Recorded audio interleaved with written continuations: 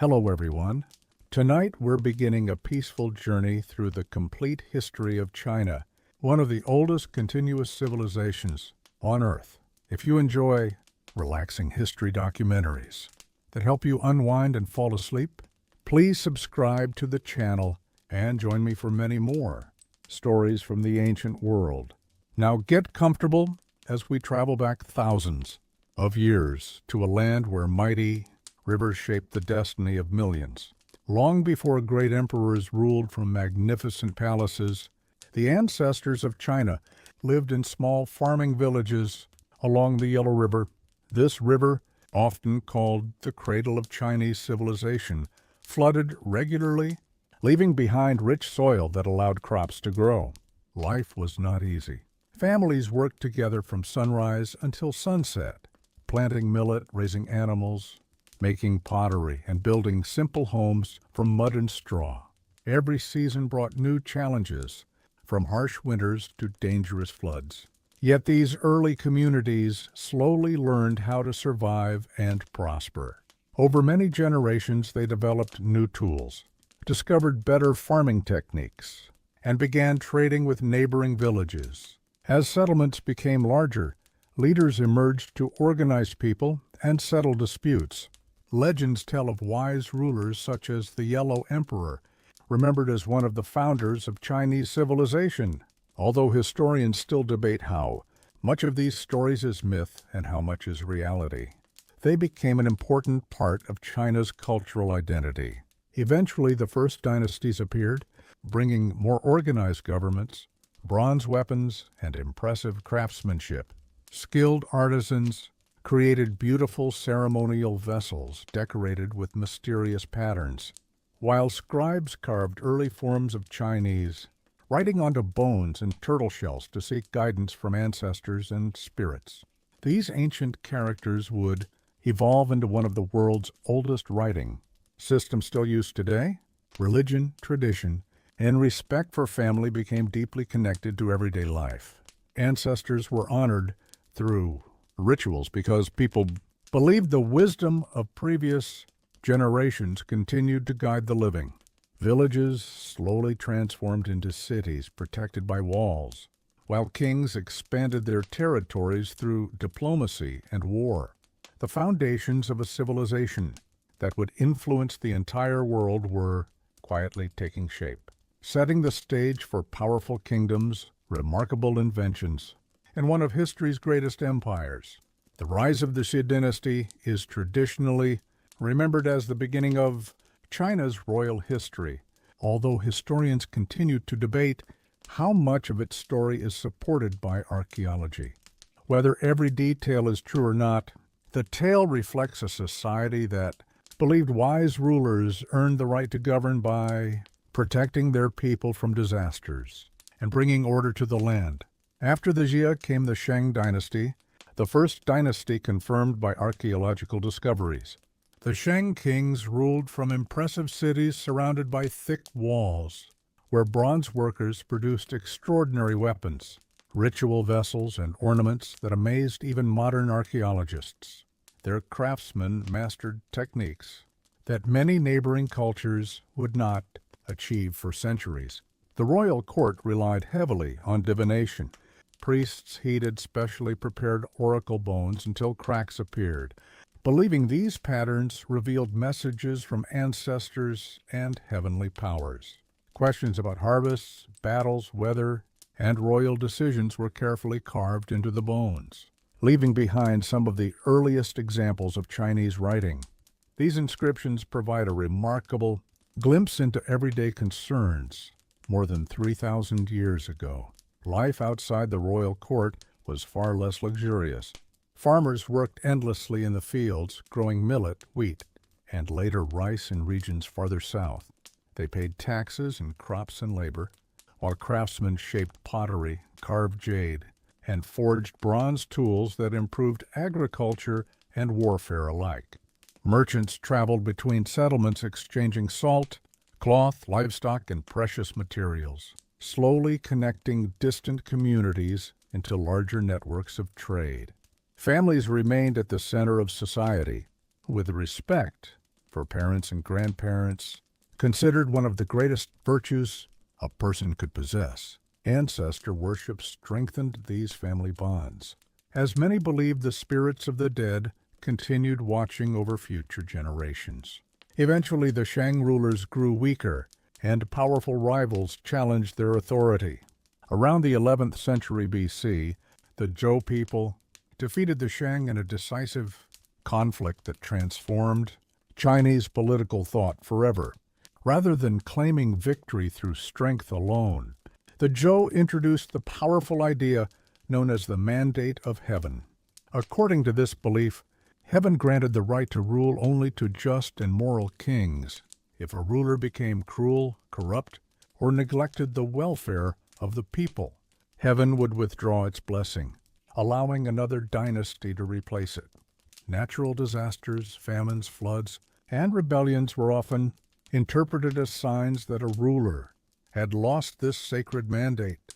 This simple yet profound idea shaped Chinese history for more than 2,000 years, influencing nearly every dynasty that followed and giving future generations a moral explanation for both the rise and fall of emperors. As the Zhou dynasty expanded across a vast territory, governing every region directly became increasingly difficult.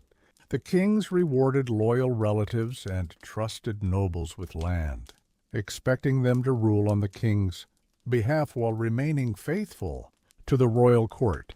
At first, this arrangement brought stability, but over the centuries, those regional lords became wealthier, stronger, and far more independent. Gradually, the authority of the Zhou kings weakened, while ambitious rulers competed for influence and territory.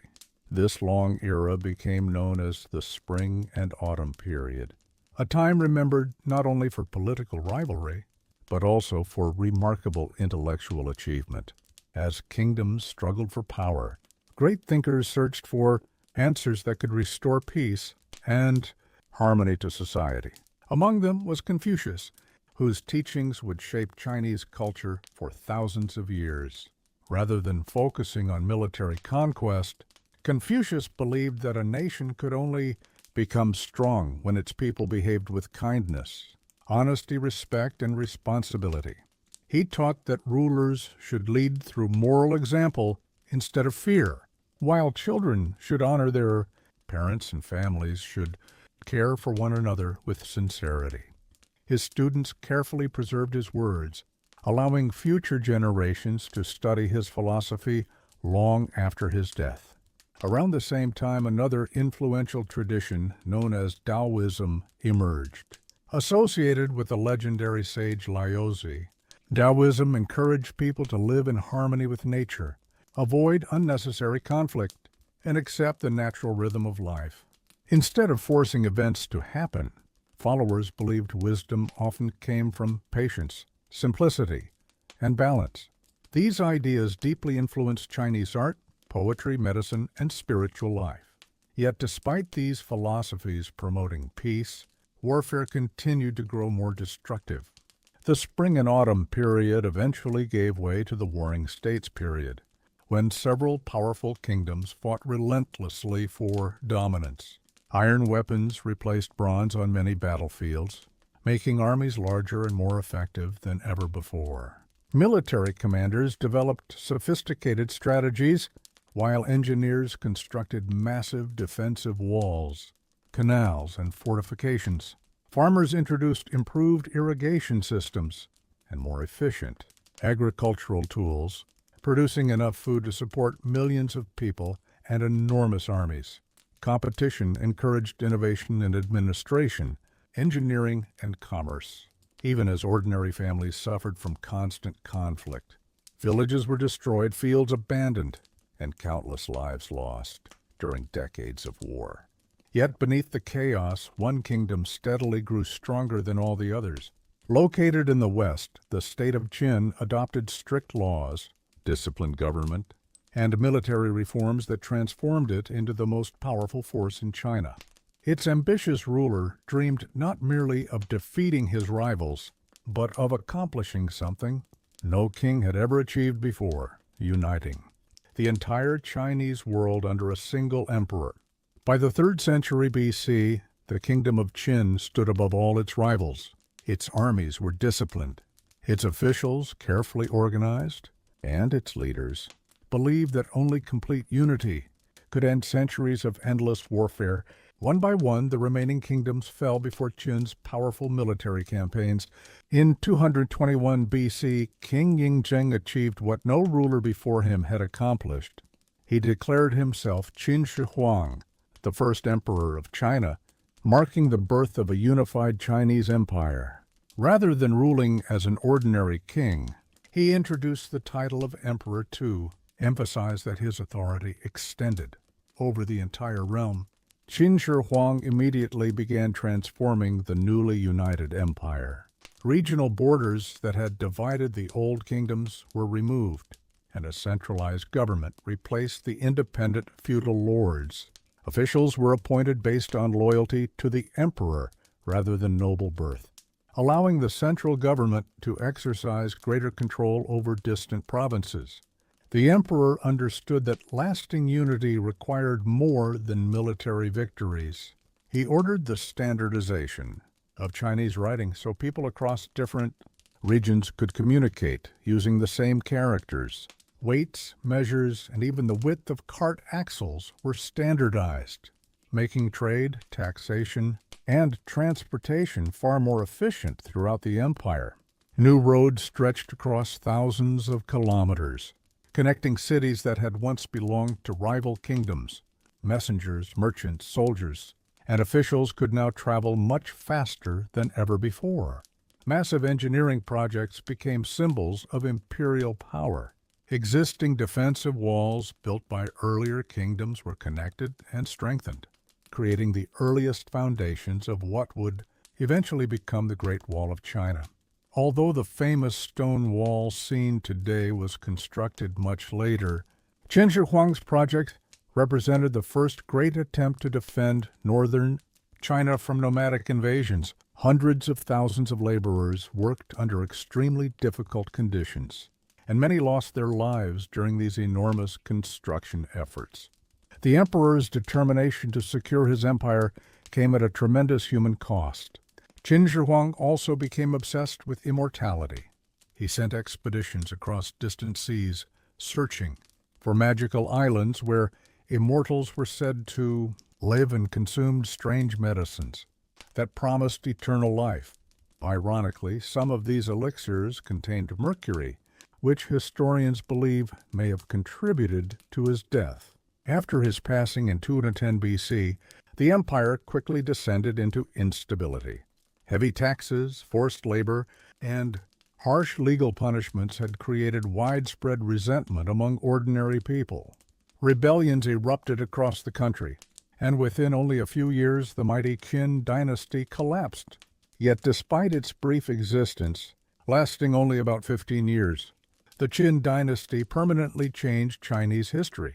The idea of one unified China under a centralized emperor survived long after the dynasty disappeared, providing the foundation upon which one of the greatest dynasties in Chinese history would soon rise, the Han Dynasty. With the fall of the Qin dynasty, China once again faced uncertainty as rival leaders fought for control of the empire. Among them was Liu Bang, a man born into a humble farming family who had once worked as a minor government official. Unlike many aristocratic generals, Liu Bang understood the struggles of ordinary people and gradually earned the loyalty of soldiers and civilians alike. After years of conflict, he defeated his greatest rival, Xiang Yu, and in 202 BC founded the Han Dynasty, becoming Emperor Gaozu. His victory marked the beginning of one of the most celebrated periods in Chinese history. Learning from the mistakes of the Qin rulers, the early Han emperors reduced taxes, eased harsh punishments, and encouraged agriculture to help the exhausted population recover. Villages were rebuilt, abandoned fields were cultivated once again, and trade slowly returned to prosperity. As stability spread across the empire, the population increased dramatically. and cities became centers of commerce, learning, and craftsmanship. During the reign of Emperor Wu, the Han Dynasty reached the height of its power. He expanded China's borders in nearly every direction, sending armies into Central Asia, Korea, and parts of modern Vietnam. These campaigns secured valuable trade routes that would become known as the Silk Road. For the first time, merchants regularly carried Chinese silk, tea, lacquerware, and fine ceramics across deserts and mountains toward Persia, India, and even the Roman world. In return, China received horses, precious stones, glassware, spices, and new ideas from distant civilizations. Although few travelers completed the entire journey, the Silk Road connected cultures across thousands of kilometers and transformed global history.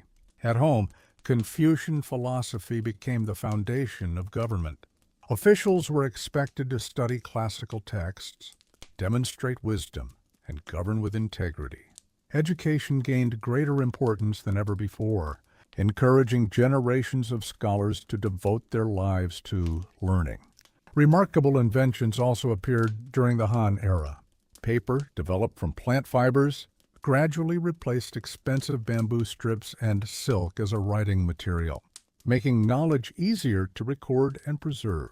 Advances in astronomy, engineering, medicine, and mathematics reflected the confidence of a civilization entering a true golden age. Yet even the mighty Han Empire would eventually face corruption, political struggles, natural disasters, and growing rebellions that slowly weakened the dynasty, preparing China for another dramatic chapter in its long and fascinating history. As the Han dynasty grew older, the strength that had once united the empire slowly began to fade. Powerful families accumulated enormous wealth, court officials competed for influence, and corrupt eunuchs gained control over important decisions inside the imperial palace. While those at court argued over power, ordinary farmers faced rising taxes, floods, droughts, and repeated crop failures. Many families struggled simply to survive, and frustration spread throughout the countryside. In AD 184, one of the largest uprisings in Chinese history erupted. Known as the Yellow Turban Rebellion, it was led by followers of a religious movement who believed heaven had chosen the time for a new beginning. Hundreds of thousands of peasants joined the rebellion, hoping to escape poverty and injustice. Although the imperial government eventually crushed the uprising, the rebellion severely weakened the Han dynasty. Regional military commanders who had been given authority to restore order soon became independent warlords, each controlling his own territory and army. Instead of returning power to the emperor, many began fighting one another for dominance. By AD 20, the Han dynasty finally came to an end after more than 4 centuries of rule. China entered one of its most famous periods, remembered as the Three Kingdoms. The empire was divided among the kingdoms of Wei in the north, Shu in the southwest, and Wu in the southeast. This era became legendary because of the remarkable personalities who shaped its history. Brilliant strategists, fearless generals, and ambitious rulers filled the pages of historical records, inspiring countless stories, novels, plays, and films for centuries to come. Among the most admired figures was Zhuge Liang, the chief strategist of Shu, whose intelligence, patience, and careful planning made him one of the most respected minds in Chinese history. His reputation for wisdom became so great that many later generations viewed him as the perfect symbol of loyalty and intelligence. Despite constant warfare, this period also encouraged military innovation, diplomacy, and technological development. Fortified cities expanded, new weapons appeared, and commanders refined battlefield tactics that would be studied for generations. Yet ordinary people continued to suffer the consequences of endless conflict. Fields were destroyed, trade routes became dangerous, and families were often forced to leave their homes in search of safety. After decades of exhausting wars, one kingdom gradually gained the upper hand, The state of Wei was eventually succeeded by the Jin dynasty, which reunited China in AD 280, although this reunification brought hope for lasting peace. It would prove to be only temporary, as new invasions and internal struggles soon challenged the fragile unity of the empire once again. Although the Jin dynasty had reunited China, the peace it promised did not last for long. Soon after the empire was restored, members of the imperial family began competing for power in a series of conflicts remembered as the War of the Eight Princes. These bitter struggles weakened the government and exhausted its armies, leaving the northern frontier vulnerable to invasion. Nomadic peoples from the steppes and neighboring regions crossed the borders, capturing cities and establishing their own kingdoms across northern China. As violence spread, millions of people fled south across the Yangtze River, carrying with them their traditions, knowledge, and agricultural skills.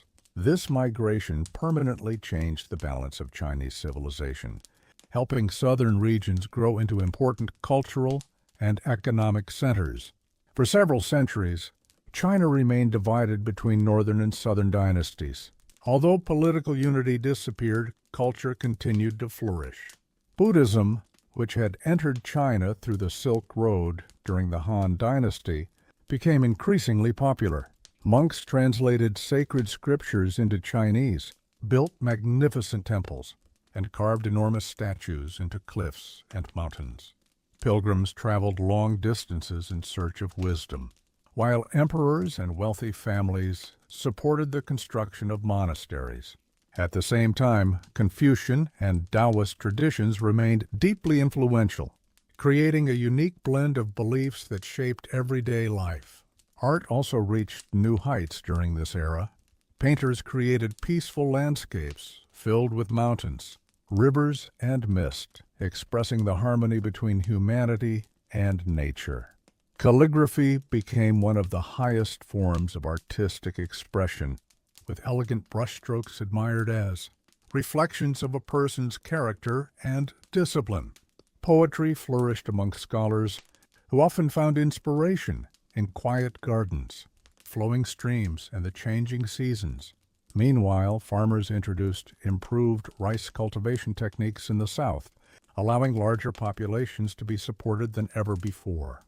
Trade expanded along rivers and canals, connecting distant cities despite the political divisions.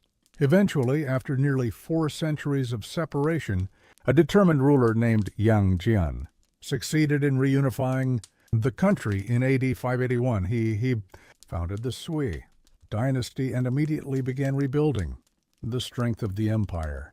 Although the Sui dynasty lasted only a short time, its achievements were extraordinary. One of its greatest accomplishments was the construction of the Grand Canal, an immense waterway linking northern and southern China. Stretching for thousands of kilometers, the canal allowed grain, soldiers, merchants, and ideas to move efficiently across the empire. This remarkable engineering project would remain one of the world's most important transportation systems for more than 1,000 years, preparing China for another magnificent golden age under the powerful Tang dynasty. The Sui dynasty accomplished remarkable projects, but its ambitious building programs and costly military campaigns placed enormous burdens on the population.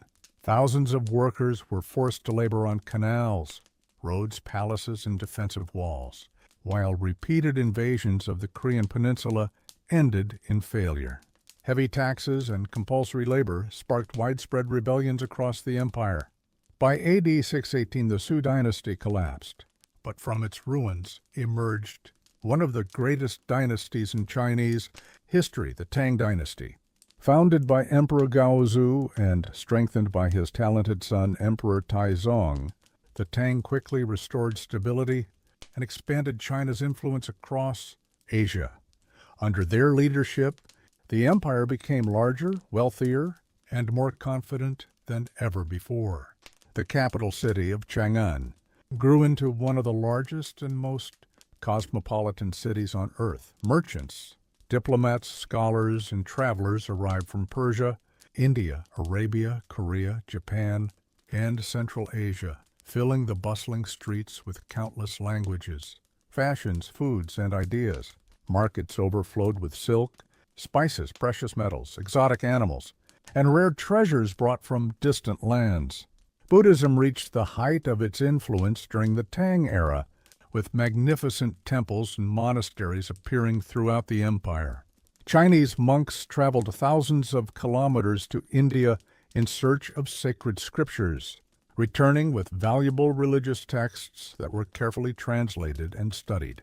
At the same time, Confucian scholars continued to serve in government through an increasingly sophisticated civil service examination system.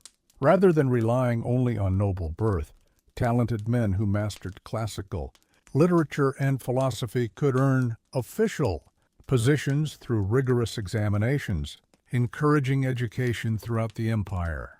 The Tang period also became a golden age of Chinese literature. Legendary poets such as Li Bai and Du Fu composed verses celebrating nature, friendship, joy, sorrow, and the passing of time. Their poetry remains admired more than 1,000 years later for its beauty and emotional depth.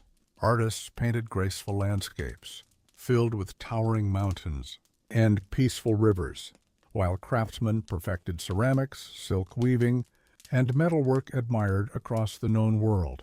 Technological progress continued as woodblock printing made it possible to reproduce books more efficiently, allowing knowledge to spread farther than ever before. Yet even this magnificent dynasty eventually faced growing challenges. Court intrigues, powerful regional generals, financial strain, and devastating rebellions slowly weakened imperial authority. The most destructive was the Lushan Rebellion, which erupted in AD 755 and lasted for years, causing enormous destruction and the loss of millions of lives. Although the Tang government survived, it never fully recovered its former strength. By AD 907, after nearly 3 centuries of extraordinary achievement, the Tang dynasty finally came to an end, leaving behind a cultural legacy that would continue inspiring China and much of East Asia for centuries to come. After the fall of the Tang dynasty, China entered another era of division known as the Five Dynasties and 10 Kingdoms period. For more than half a century, powerful military leaders struggled for control while smaller kingdoms ruled different regions of the country. Although political unity disappeared once again, commerce, agriculture, and culture continued to develop in many areas. Merchants traded goods along rivers and canals. Craftsmen refined their skills, and local governments supported irrigation projects that increased food production. Eventually, in AD 960, a talented military commander named Zhou peacefully seized power and founded the Song dynasty, taking the title emperor. Taizu, determined to avoid the military domination that had weakened earlier dynasties, he placed greater authority in the hands of educated civilian officials rather than powerful generals. The Song government expanded the civil service examination system even further, encouraging thousands of scholars to spend years studying Confucian classics in hopes of serving the empire. Education became one of the most respected paths to success, and scholarship flourished throughout society.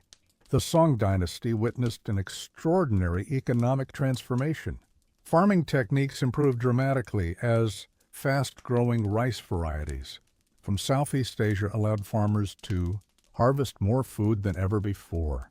The population grew rapidly, and cities expanded into bustling centers filled with workshops, markets, restaurants, and entertainment.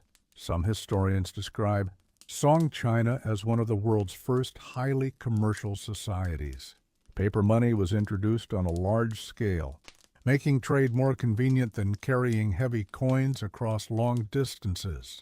Merchants traveled constantly, while ships sailed along China's coast and across the South China Sea, carrying silk, porcelain, tea, and countless other products to distant markets. Scientific and technological innovation reached remarkable levels during this period. Inventors improved the magnetic compass, making long-distance sea navigation far more reliable. Gunpowder, originally discovered centuries earlier, found increasing military applications, while printing technology advanced through the use of movable type, allowing books to be produced more efficiently than before. Astronomers carefully observed the heavens.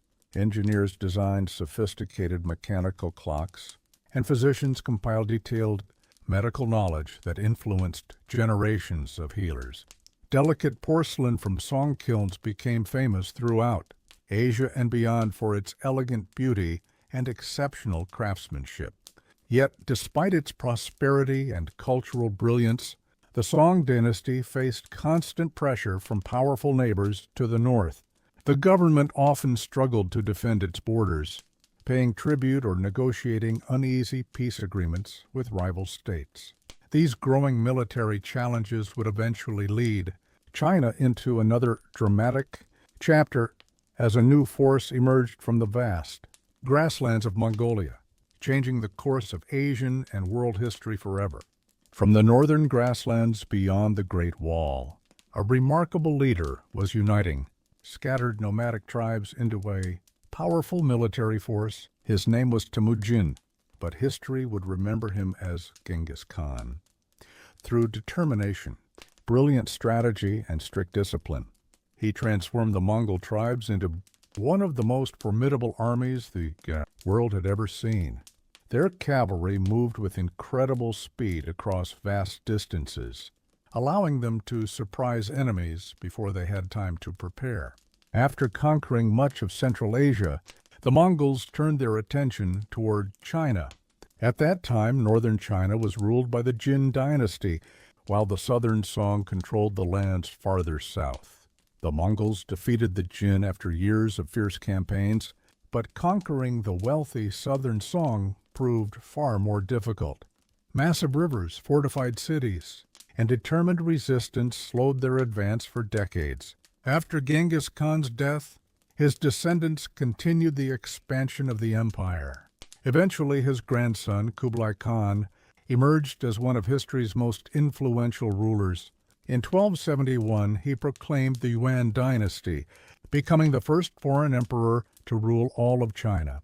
A few years later, in 1279, the southern Song was finally defeated, ending centuries of native Chinese dynasties and bringing the entire country under Mongol control.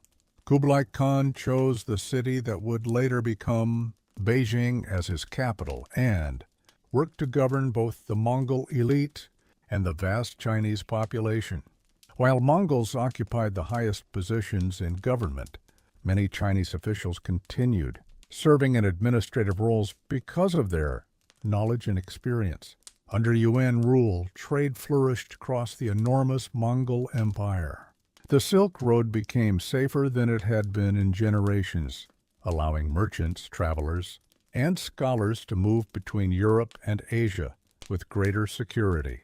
Goods, inventions, religions, and scientific knowledge crossed continents more freely than before. One of the most famous visitors was the Venetian merchant Marco Polo, whose descriptions of Kublai Khan's magnificent court introduced many Europeans to the wealth and sophistication of China. Although historians debate the accuracy of every detail in his writings, his stories captured the imagination of readers for centuries. Despite these achievements, many Chinese people resented foreign rule. Heavy taxes, floods, famine, and outbreaks of disease created growing unrest across the empire. Secret societies and rebel movements gained support among the population, believing the Mongols had lost the mandate of heaven. By the middle of the 14th century, widespread uprisings spread throughout China. Among the rebel leaders was a former Buddhist monk named Zhou Yuanzhang. His determination and military skill would soon end Mongol rule and establish another great native Chinese dynasty, restoring Chinese leadership after nearly a century of foreign domination. Zhou Yuanzhang had experienced hardship from an early age. Born into a poor farming family, he lost his parents during a devastating famine and spent time as a wandering Buddhist monk relying on charity to survive. These difficult experiences gave him a deep understanding of the suffering endured by ordinary people. Joining the Red Turban Rebellion, he quickly proved himself to be a capable military leader. Through determination, careful planning, and the support of loyal followers, he gradually defeated rival warlords and drove the Mongols out of China. In 1368, he declared the beginning of the Ming Dynasty and became the Hongwu Emperor. His first priority was rebuilding a country exhausted by decades of war. Farms were restored, irrigation systems repaired, and taxes reduced to encourage agricultural recovery. Millions of abandoned fields were cultivated once again, helping food production increase rapidly. The emperor also reorganized the government, strengthening central authority, while closely supervising officials to reduce corruption. Although he ruled with strict discipline and severe punishments, he believed strong leadership was necessary to prevent the chaos that had destroyed previous dynasties. During the early Ming period, China's economy recovered impressively. Towns expanded, trade increased, and skilled craftsmen produced beautiful porcelain, silk, furniture, and lacquerware admired throughout Asia and beyond. The capital was eventually moved to Beijing, where construction began on one of the world's most magnificent imperial complexes, the Forbidden City. Protected by towering walls, broad courtyards, and golden-roofed halls, it became the political and ceremonial heart of the empire for nearly 5 centuries. The Ming rulers also strengthened the Great Wall, rebuilding large sections with brick and stone to defend the northern frontier from future invasions. These impressive fortifications, many of which still stand today, became one of the greatest symbols of Chinese civilization. At the beginning of the 15th century, another remarkable chapter unfolded when the famous Admiral Zheng He led enormous treasure fleets across the Indian Ocean. His giant ships visited Southeast Asia, India, Arabia, and the eastern coast of Africa, carrying silk, porcelain, and gifts while establishing diplomatic relations with distant kingdoms. These extraordinary voyages demonstrated China's wealth, advanced shipbuilding, and influence across the seas, setting the stage for new challenges that would eventually confront the Ming Empire. Although Zheng He's voyages demonstrated China's extraordinary naval strength, the later Ming emperors gradually changed their priorities. Concerned about defending the northern frontier and maintaining stability at home, they reduced overseas expeditions and focused more on internal affairs. Large ocean-going fleets were no longer sent across the Indian Ocean, while foreign trade became more tightly controlled. Even so, merchants continued exchanging Chinese silk, porcelain, and tea with traders from Japan, Southeast Asia, and eventually Europe. During the 16th century, Portuguese ships reached the southern coast of China, opening direct contact between China and European maritime powers. Soon afterward, Spanish, Dutch, and later English merchants also sought access to Chinese markets. Chinese goods were in enormous demand throughout the world, especially fine porcelain and silk, which became symbols of wealth in many European households. Silver from the Americas flowed into China through global trade, strengthening the economy for a time and connecting the Ming Empire to an increasingly interconnected world. Despite this prosperity, serious problems slowly emerged. Government officials argued over policy, corruption spread through the bureaucracy, and heavy taxes placed growing pressure on ordinary farmers.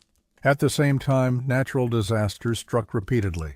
Floods destroyed villages, droughts ruined harvests, and periods of famine forced countless families into poverty. As food became scarce, rebellions broke out across the countryside.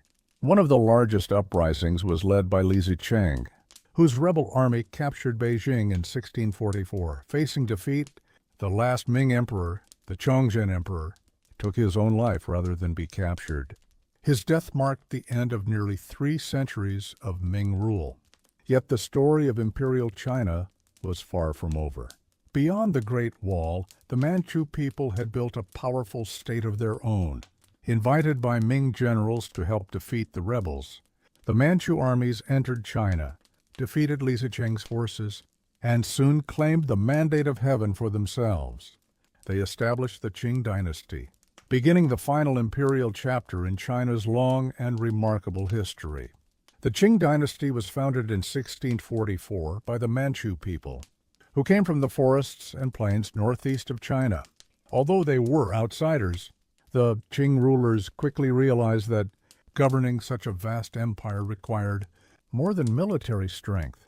They adopted many Chinese traditions, respected Confucian ideals, and maintained much of the existing government system.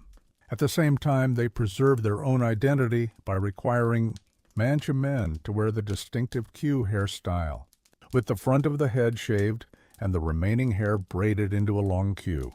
Refusing this order was considered an act of rebellion, making the hairstyle a visible symbol of Qing authority throughout the empire. During the reigns of the Kangxi, Yongjing, and Qianlong emperors, China experienced one of the longest periods of stability and prosperity in its history. The empire expanded dramatically, bringing regions such as Tibet, Xinjiang, and Mongolia under Qing control. By the 18th century, King China governed one of the largest populations on Earth. Agriculture continued to improve as new crops such as sweet, potatoes, corn, and peanuts, introduced from the Americas, allowed farmers to cultivate land that had previously been unsuitable for traditional crops. As food supplies increased, the population grew from roughly 100 million to well over 300 million people within a few generations. Bustling cities became even larger, while markets overflowed with silk, porcelain, tea, paper, and countless handmade goods. Chinese artists, scholars, and craftsmen produced magnificent works that reflected centuries of cultural tradition. Massive encyclopedias were compiled, libraries expanded, and painters created elegant landscapes admired both inside and outside the empire. European traders remained fascinated by Chinese products, especially tea, which became increasingly popular in Britain. However, China imported relatively few European goods, creating a growing trade imbalance that frustrated Western merchants. The Qing government believed that China possessed nearly everything it needed and restricted most foreign trade to the southern port of Canton, where carefully supervised merchants handled commerce with outsiders. While this policy protected imperial control, it also limited China's understanding of the rapidly changing industrial world beyond its borders. Meanwhile, Europe's Industrial Revolution was transforming economies through machines, factories, and powerful new technologies. As Western nations became stronger and more ambitious, they looked for ways to gain greater access to China's enormous market.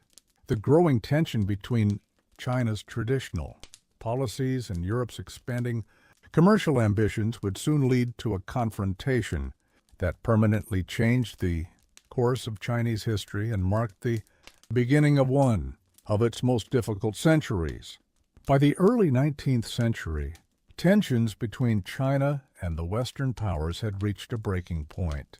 Britain purchased enormous quantities of Chinese tea, silk, and porcelain, but China showed little interest in British manufactured goods.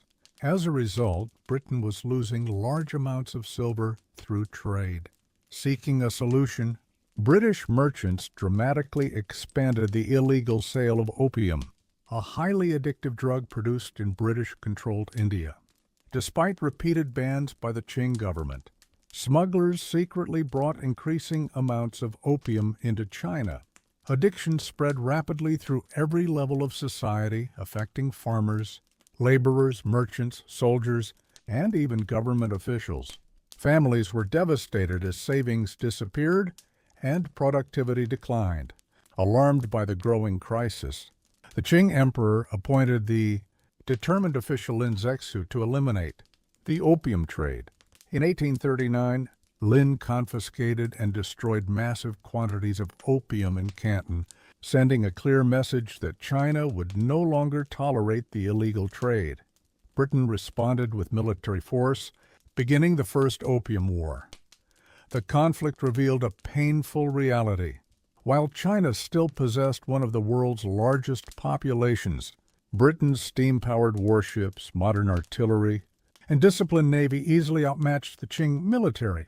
After a series of defeats, China was forced to sign the Treaty of Nanjing in 1842. It became the first of what Chinese history remembers as the unequal treaties. China was required to pay a large indemnity, opened several ports to foreign trade, and cede Hong Kong to Britain.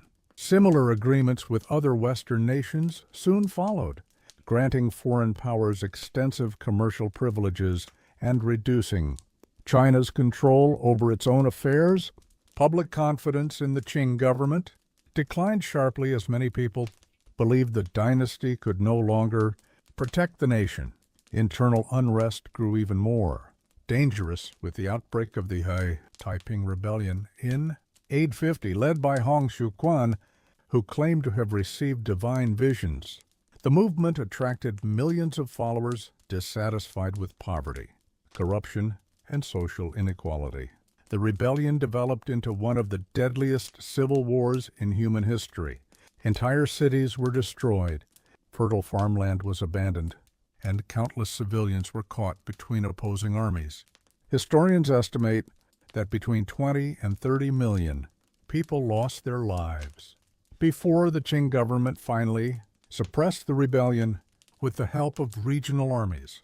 Although the dynasty survived, it emerged exhausted, financially weakened, and increasingly dependent on local military leaders.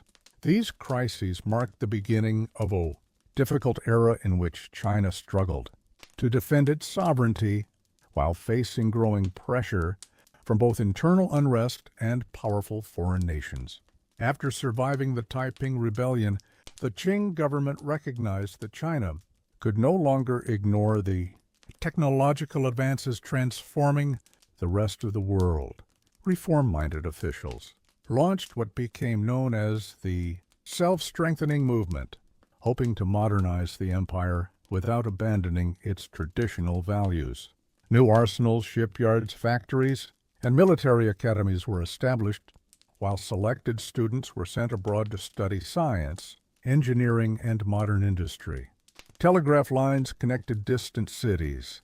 Steamships appeared on China's rivers, and railways slowly began to spread despite resistance from conservative officials who feared rapid change. Although these reforms introduced important innovations, they were often limited by political disagreements, corruption, and a lack of coordinated leadership. Many officials wanted modern weapons but resisted deeper changes to the political system, education, and economy. As a result, China struggled to compete with rapidly industrializing nations. These weaknesses became painfully clear during the First Sino-Japanese War in 1894. For centuries, China had viewed Japan as a neighboring kingdom influenced by Chinese civilization. However, after the Meiji Restoration, Japan had modernized its military, industry, and government at an astonishing pace. When conflict broke out over influence in Korea, the Japanese armed forces achieved a series of decisive victories on land and at sea. China's once proud Beiyang fleet was destroyed, shocking both Chinese citizens and foreign observers. The Treaty of Shimonoseki forced China to recognize Korea's independence, cede Taiwan to Japan, and pay another enormous indemnity. The defeat deeply damaged confidence in the Qing dynasty and convinced many intellectuals that far more extensive reforms were necessary. In 1898, the Guangxu Emperor attempted to introduce sweeping political, educational, and military reforms during what became known as the 100 Days Reform. Inspired by progressive scholars, He hoped to modernize the empire before it was too late. However, conservative leaders led by the powerful Empress Dowager Cixi feared these rapid changes would threaten imperial stability. The reforms were abruptly halted. Many supporters were arrested or executed, and the emperor himself was placed under house arrest. Frustration continued to grow across the country. At the same time, anti-foreign anger spread among ordinary people who blamed missionaries and foreign powers for China's humiliation. In 1900, this resentment erupted into the Boxer Rebellion. Members of a secret movement attacked foreign communities and Chinese Christians, believing they could drive outside influences from the country. An international alliance of 8 nations responded by sending military forces that captured Beijing and imposed yet another harsh settlement on the Qing government. The He dynasty remained on the throne, but its authority had been severely weakened. Across China, more and more people began believing that only a complete revolution could save the nation from further decline. By the beginning of the 20th century, the Qing dynasty stood on the edge of collapse. Decades of military defeats, unequal treaties, internal rebellions, and economic hardship had convinced many Chinese citizens that the imperial system could no longer protect the nation. Revolutionary groups began organizing both inside China and overseas, inspired by new ideas about nationalism, democracy, and modernization. Among the most influential leaders was Sun Yat-sen, a physician who believed China needed a completely new political system. He promoted what became known as the 3 principles of the people: nationalism, democracy, and the people's livelihood. These ideas inspired students, merchants, soldiers, and intellectuals who dreamed of building a stronger and more independent China. In October 1911, a military uprising broke out in the city of Wuchang. Although it began as a local rebellion, provinces across the country quickly declared their independence from the Qing government. Within weeks, the revolution spread across much of the empire. Facing overwhelming opposition and lacking the military strength to suppress the movement, the imperial court entered negotiations with revolutionary leaders. In early 1912, the child emperor Puyi formally abdicated the throne, bringing more than 2,000 years of imperial rule to an end. The Republic of China was proclaimed, and Sun Yat-sen became its first provisional president. For millions of people, the fall of the Qing dynasty represented the hope of a new beginning. However, building a stable republic proved far more difficult than overthrowing the old empire. Political power soon shifted to Yuan Shikai, a powerful military commander who promised to preserve national unity. At first, many believed he could stabilize the country, but Yuan gradually concentrated power in his own hands and even attempted to declare himself emperor in 1915. His decision was widely opposed, and after his death the following year, China entered a chaotic period known as the warlord era. Instead of one strong central government, different military leaders controlled separate regions of the country, each maintaining their own armies and competing for territory. Ordinary citizens often found themselves caught between rival factions, facing heavy taxes, insecurity, and frequent conflict. Despite the political instability, new intellectual movements flourished. Universities became centers of debate where students discussed science, democracy, education, and China's future. Newspapers spread new ideas throughout the country, while young writers called for social reform and modernization. These discussions would profoundly influence the next generation of political leaders and prepare China for another dramatic struggle that would shape the course of the 20th century. During the 1910s and 1920s, China remained politically divided, but a new generation of students and intellectuals believed the country's future depended on education, science, and national unity.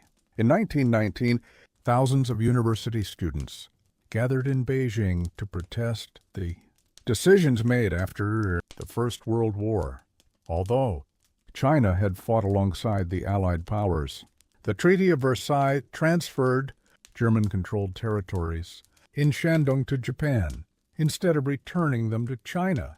Outraged by what they viewed as another national humiliation, students organized demonstrations, demanding stronger leadership and greater resistance to foreign influence. These protests became known as the May 4th movement. More than a political demonstration, it inspired a cultural awakening that encouraged critical thinking, modern education, and the use of everyday language in literature rather than only classical Chinese. Newspapers, magazines, and universities became centers of energetic debate about how China could rebuild itself after decades of instability. During these years, two major political movements gradually emerged. The Nationalist Party, also called the Kuomintang, sought to reunify the country under a central government. At the same time, in 1921, a small group of revolutionaries founded the Chinese Communist Party in Shanghai. At first it consisted of only a handful of members, but its influence would grow dramatically in the decades ahead. For a short time, the nationalists and communists cooperated, hoping to end the rule of the regional warlords. Under the leadership of Chiang Kai-shek, the National Revolutionary Army launched the Northern Expedition in 1926, defeating many warlords and bringing large parts of China back under one government. However, the alliance between the two political movements soon collapsed. Deep ideological differences and growing mistrust led to violent conflict in 1927, beginning a long and bitter Chinese Civil War. Communist leaders, including Mao Zedong, retreated to the countryside, where they built support among poor farmers instead of relying mainly on city workers. Over time, Mao argued that China's vast rural population would become the driving force behind revolution. Fighting continued across different regions as both sides struggled for control of the nation. Yet before either could achieve final victory, a far greater threat appeared from beyond China's borders. Imperial Japan, which had already expanded its military influence in East Asia, prepared to launch an even larger invasion. The coming conflict would force millions of Chinese civilians into unimaginable hardship and transform the course of modern Chinese history forever. In 1931, Japan seized the northeastern region of Manchuria, establishing the puppet state of Manchukuo. Although the Chinese government protested, it lacked the military strength to force Japan to withdraw. Tensions continued to rise over the following years until full-scale war erupted in 1937 after the Marco Polo Bridge incident near Beijing. The Second Sino-Japanese War quickly became one of the largest and most devastating conflicts in Asian history. Japanese forces captured major cities including Beijing, Shanghai, and Nanjing. The fall of Nanjing was followed by one of the darkest episodes in modern history. For several weeks, countless civilians and prisoners of war were killed, while widespread violence and destruction shocked the international community. Historians continue to study the exact number of victims, but there is no doubt that the tragedy left deep scars on China's national memory. As Japanese armies advanced, millions of civilians fled inland, carrying only what they could hold. Universities, factories, and government offices were relocated to safer regions in western China. Entire schools traveled hundreds of kilometers on foot to continue teaching students despite the war. Life became a daily struggle as families faced bombings, hunger, disease, and constant uncertainty. During this difficult period, the nationalists and communists temporarily suspended much of their civil war to form a united front against the common enemy. Although cooperation remained uneasy, both sides fought Japanese forces in different parts of the country.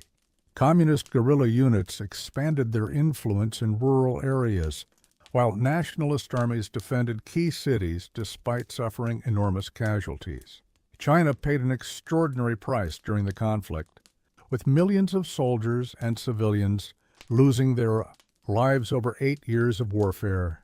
In 1941, after Japan attacked Pearl Harbor, the conflict in China became part of the wider Second World War. China now fought alongside the United States, Britain, and other allied nations. Supplies reached Chinese forces through dangerous mountain roads and risky air routes, crossing the Himalayas, often called the Hump. Finally, in August 1945, following the atomic bombings of Hiroshima and Nagasaki and the Soviet invasion of Manchuria, Japan surrendered. Across China, people celebrated the end of a brutal war that had brought unimaginable suffering, yet peace did not last. The temporary alliance between the nationalists and communists quickly collapsed, and the long Chinese Civil War resumed with even greater intensity. The outcome of that struggle would determine not only who governed China, but also reshape the political balance of the entire 20th century. With Japan defeated, many Chinese people hoped decades of war had finally come to an end. Instead, the uneasy alliance between the nationalist government, led by Chiang Kai-shek, and the Chinese Communist Party under Mao Zedong quickly collapsed. Negotiations failed, and by 1946, the Chinese Civil War had resumed on a massive scale. The nationalists controlled most of the large cities, an established government, and a larger military. The communists, however, had gained widespread support in many rural areas during the war against Japan. They promised land reform, lower taxes for poor farmers, and an end to corruption, attracting millions of supporters across the countryside. Over the next 3 years, fierce battles were fought across northern and central China. Communist commanders relied on mobile tactics, local support, and careful planning, gradually wearing down nationalist forces. Economic problems also weakened the nationalist government. Inflation became severe, prices rose rapidly, and many ordinary citizens lost confidence in officials whom they believed were unable to solve the country's growing difficulties. One by one, major cities fell under communist control.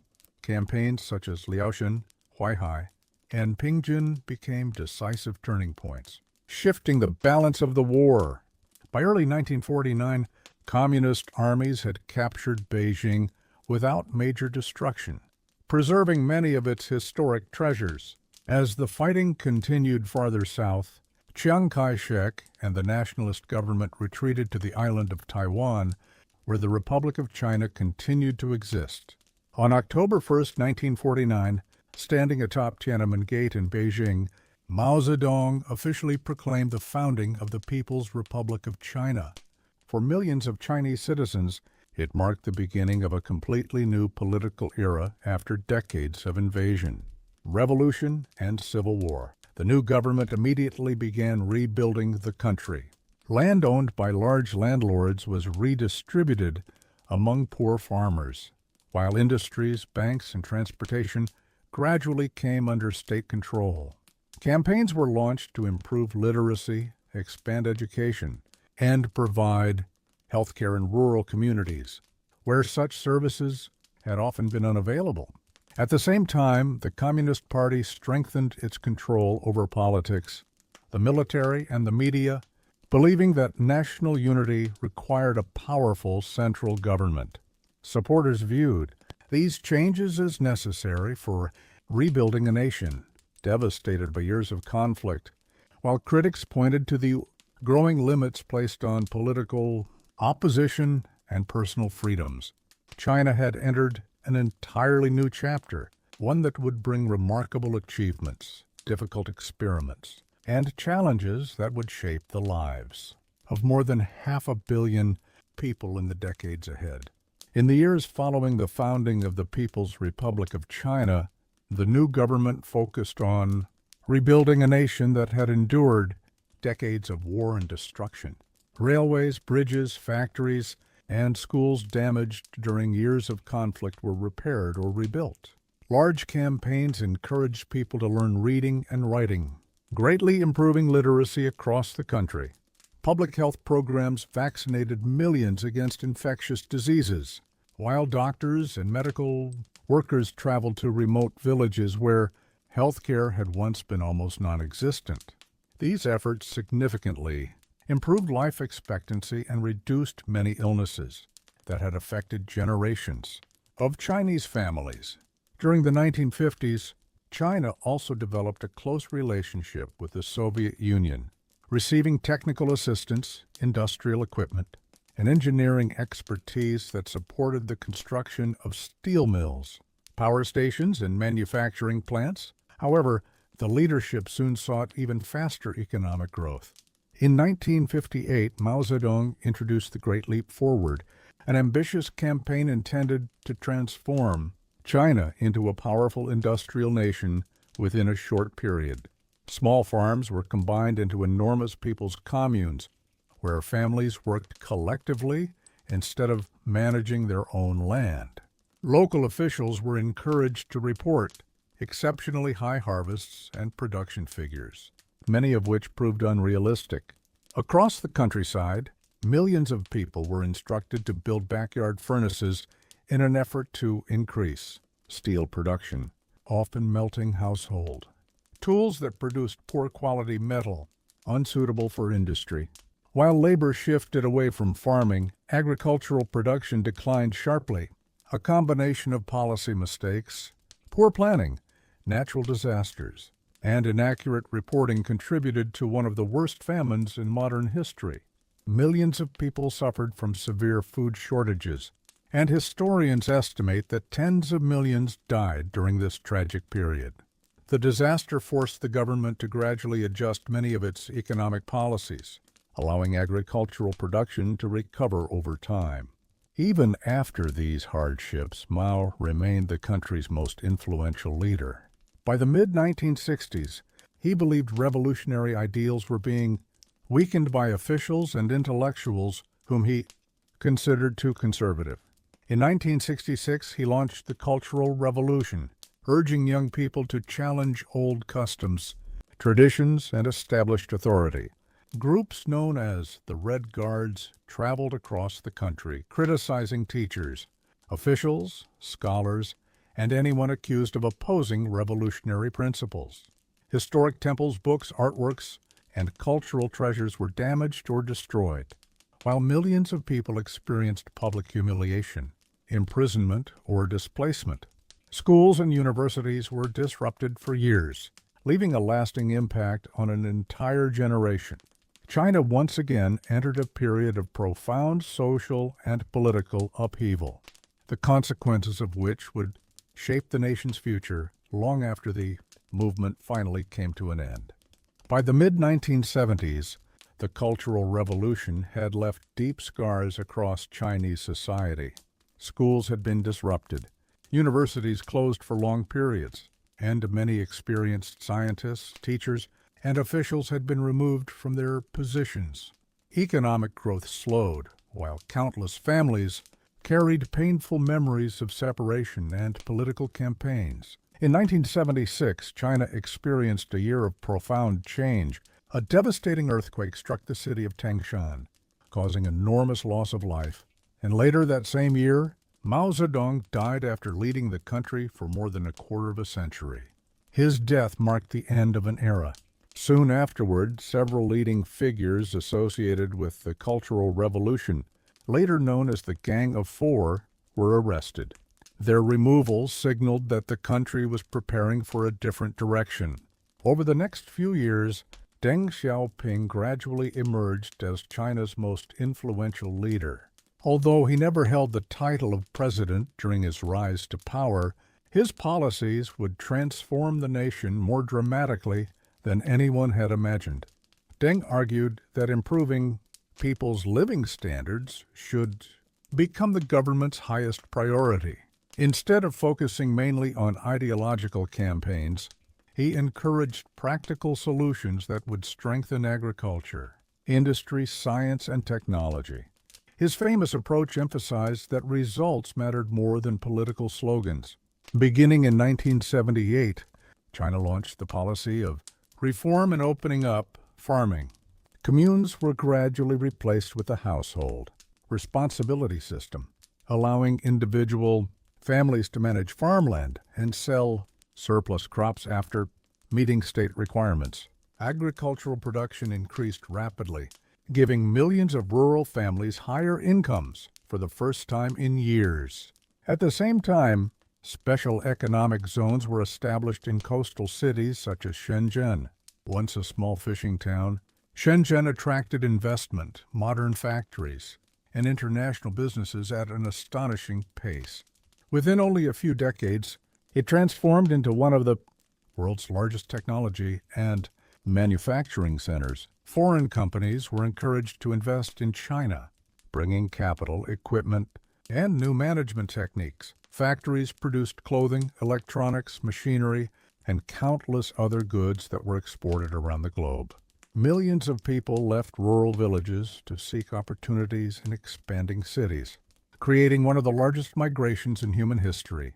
Highways, ports, railways, and modern airports were constructed across the country as economic growth accelerated year after year.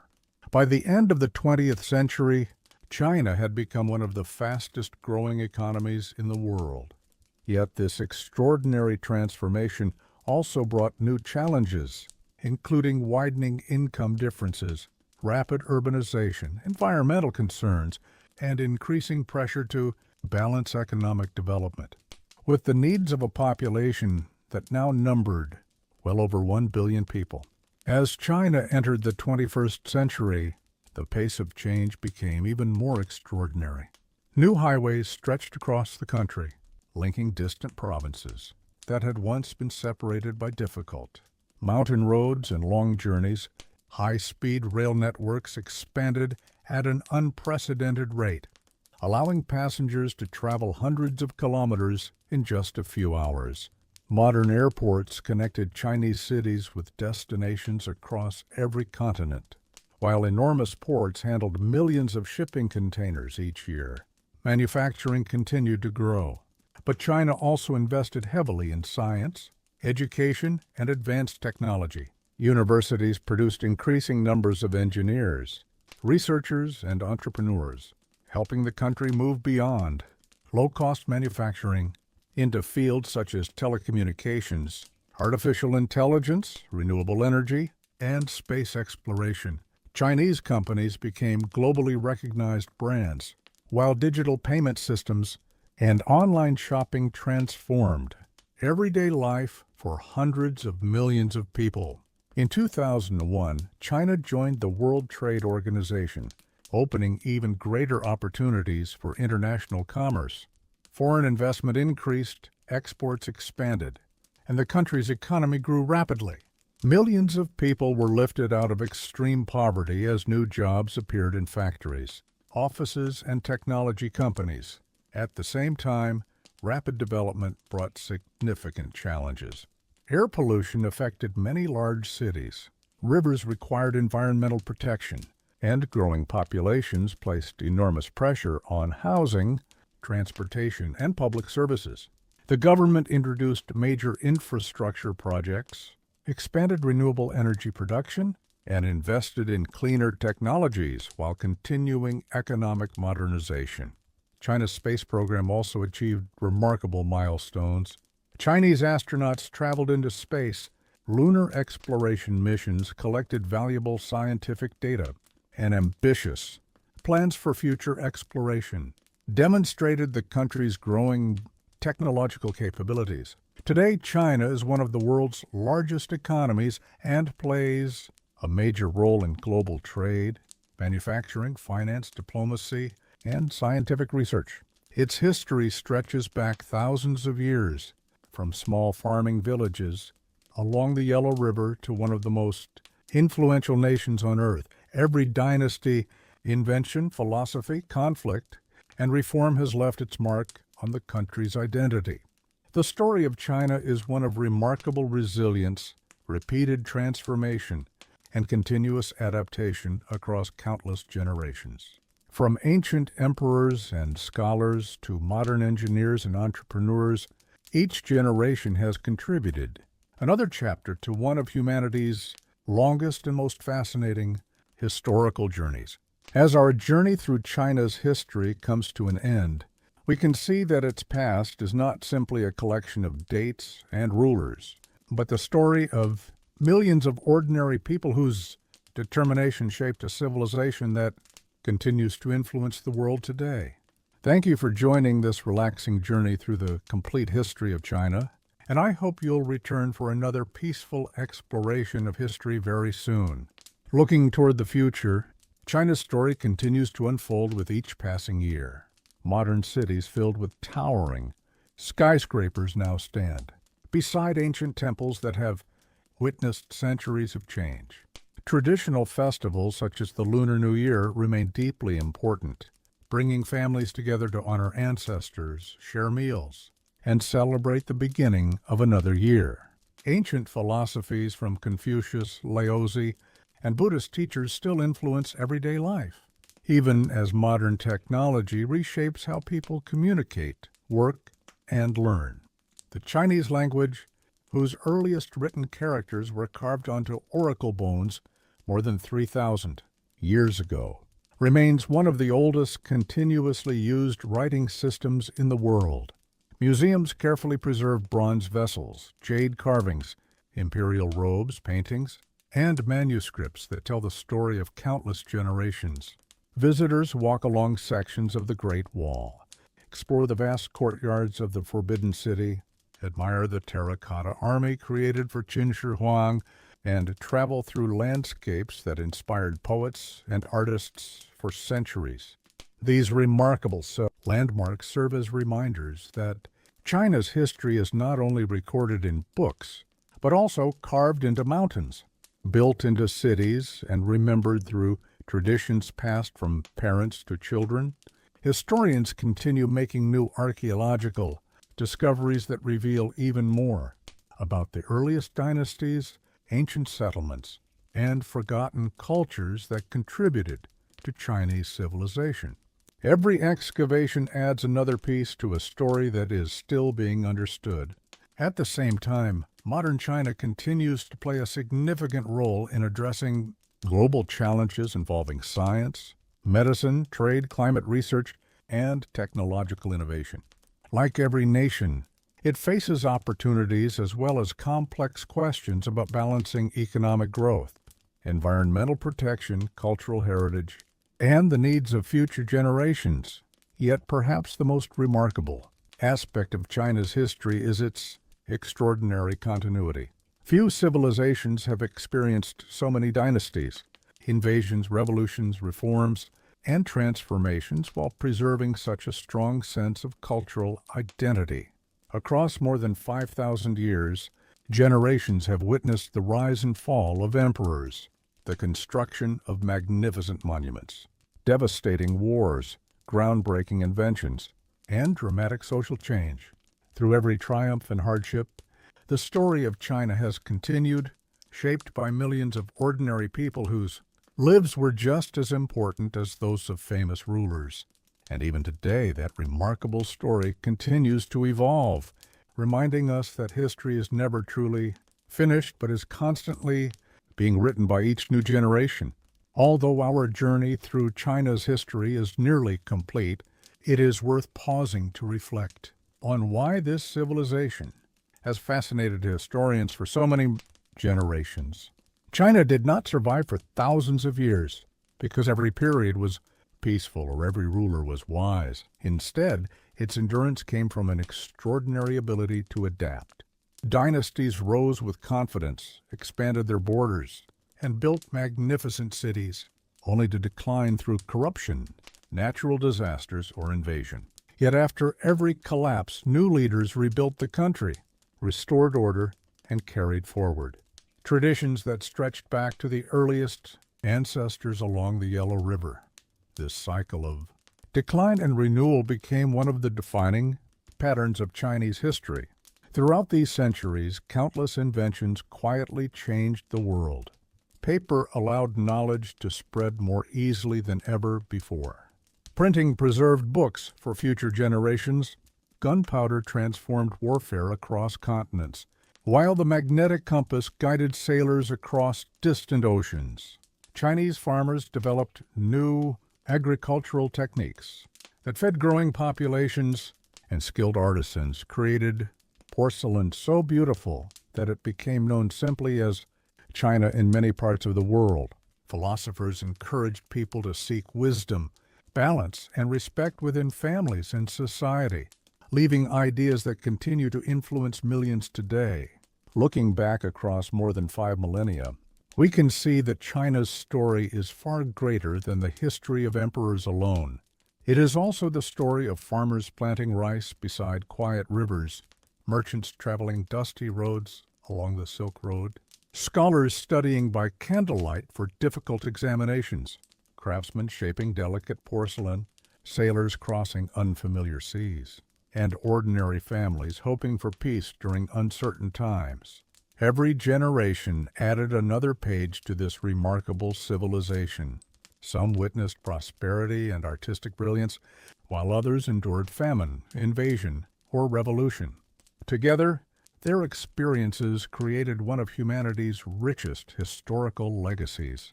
Even today, archaeologists continue uncovering forgotten tombs, ancient cities, and mysterious artifacts that deepen our understanding of China's distant past.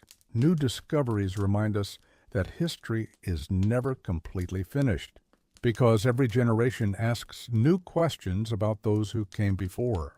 As we gently reach the end of this long journey, imagine the quiet flow of the Yellow River continuing toward the sea, just as it has for thousands of years, carrying with it the memories of emperors, poets, soldiers, inventors, and millions of ordinary people whose lives together shaped one of the world's oldest and most enduring civilizations. Thank you for spending this peaceful time exploring the complete history of China, and may you rest well until our next journey through the past. As the final moments of our journey come to a close, imagine the first light of dawn slowly appearing above the distant mountains of China. The same sun that once rose over the villages of the Yellow River, the bronze workshops of the Shang, the palaces of the Han, the bustling streets of Chang'an, the canals of the Sui, the scholars of the Song, the courts of the Ming, and the great halls of the Forbidden City continues to rise today. Thousands of years have passed, yet the rivers still flow, the mountains still stand, and the echoes of history remain woven into the landscape. Every dynasty, whether powerful or fragile, left behind lessons for those who followed. Some rulers were remembered for justice and wisdom, while others became warnings about the dangers of pride, corruption, or unchecked ambition.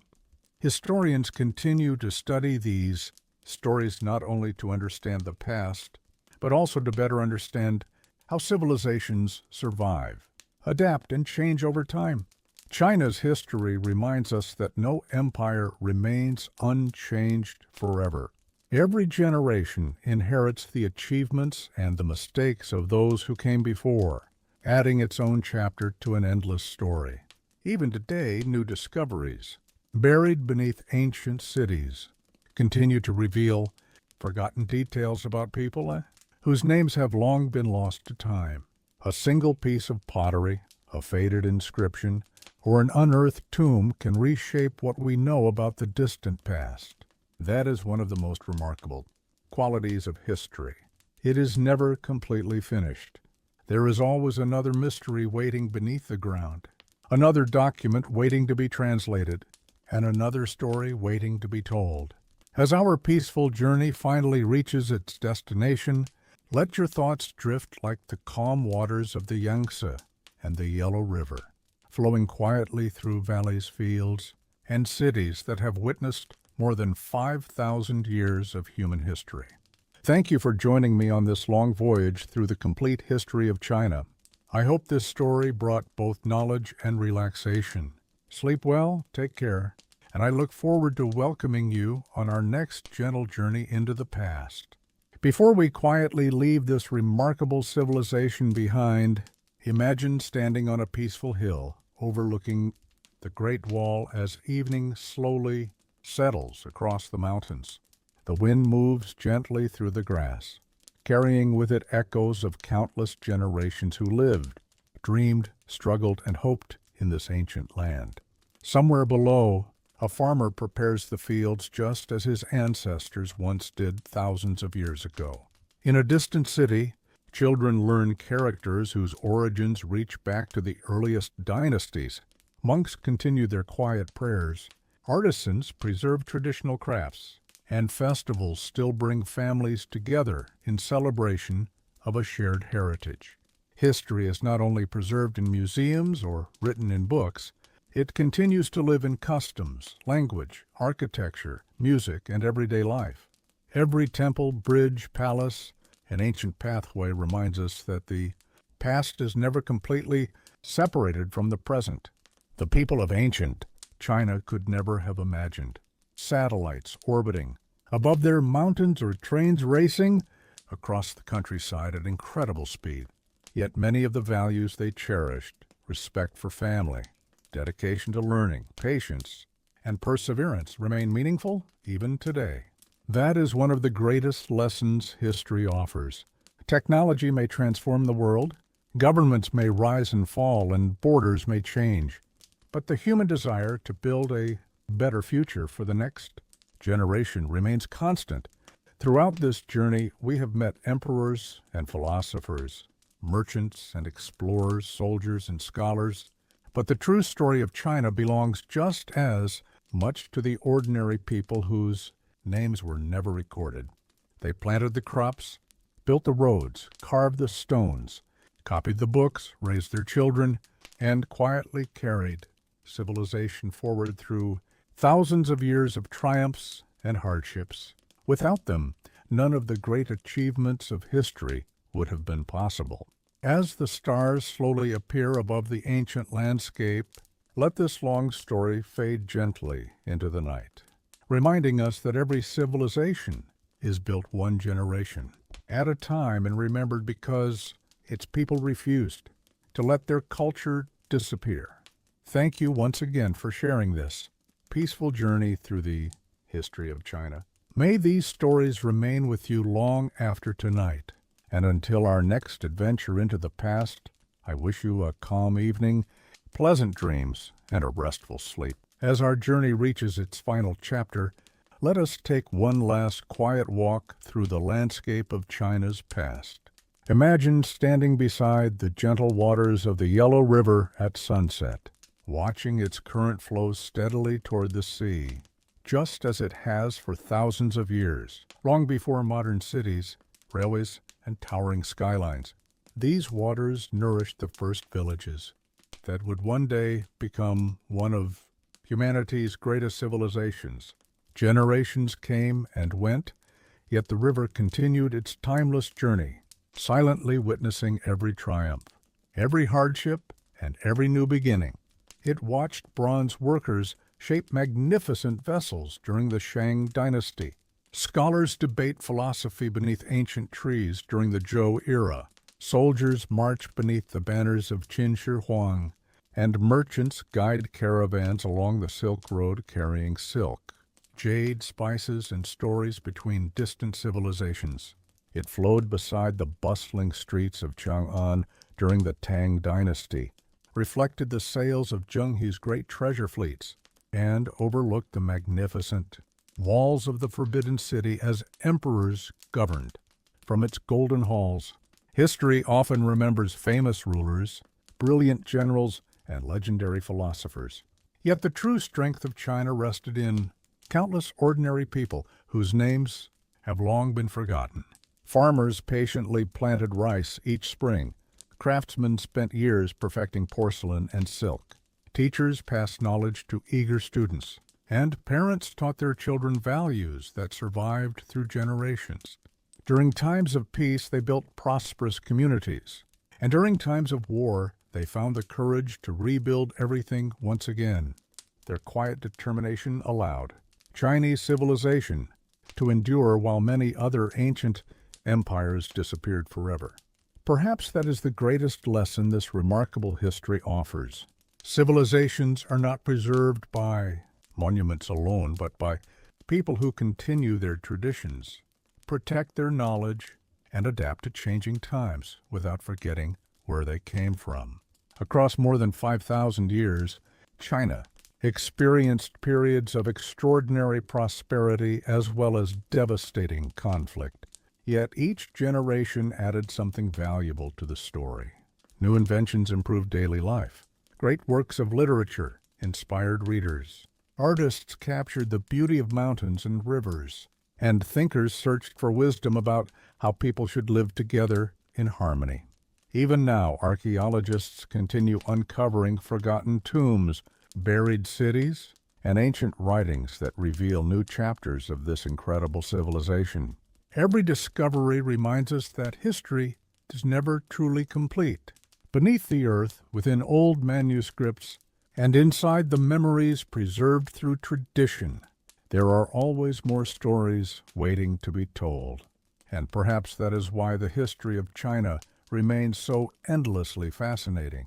It is not simply the history of one nation, but a living record of humanity's ability to learn, create, recover, and endure across the ages.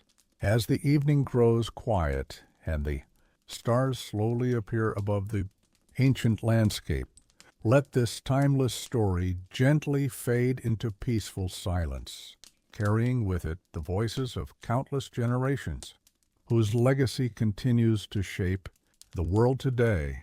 As we gently bring this remarkable journey to its true conclusion, take one final moment to imagine the countless footsteps that have crossed the land of China over thousands of years, from the first farmers who planted crops beside the Yellow River, to the engineers designing the cities of the modern world. Every generation has left a small but meaningful mark on history. Some built walls that stretched across mountains.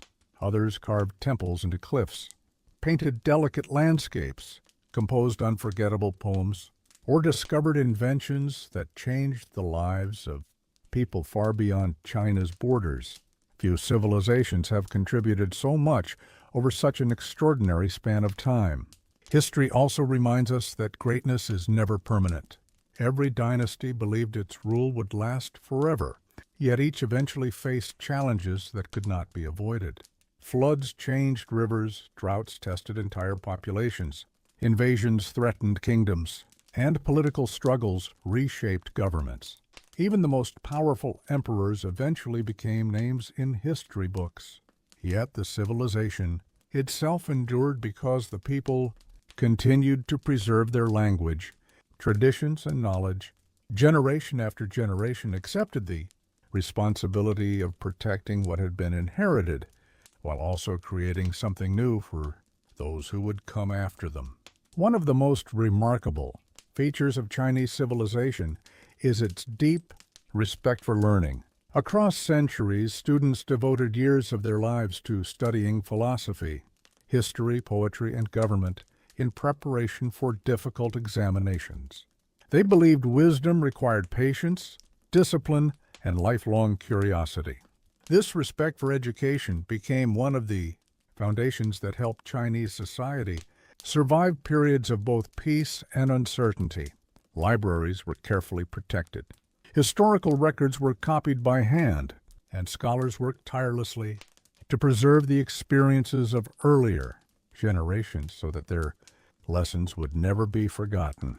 Today, visitors who walk through the Forbidden City, climb the Great Wall, stand before the Terracotta Army, or wander among ancient temples are not simply looking at old buildings. They are standing in places where millions of real lives unfolded. Every stone, every pathway, and every weathered gate has witnessed moments of celebration, sorrow, hope, and determination.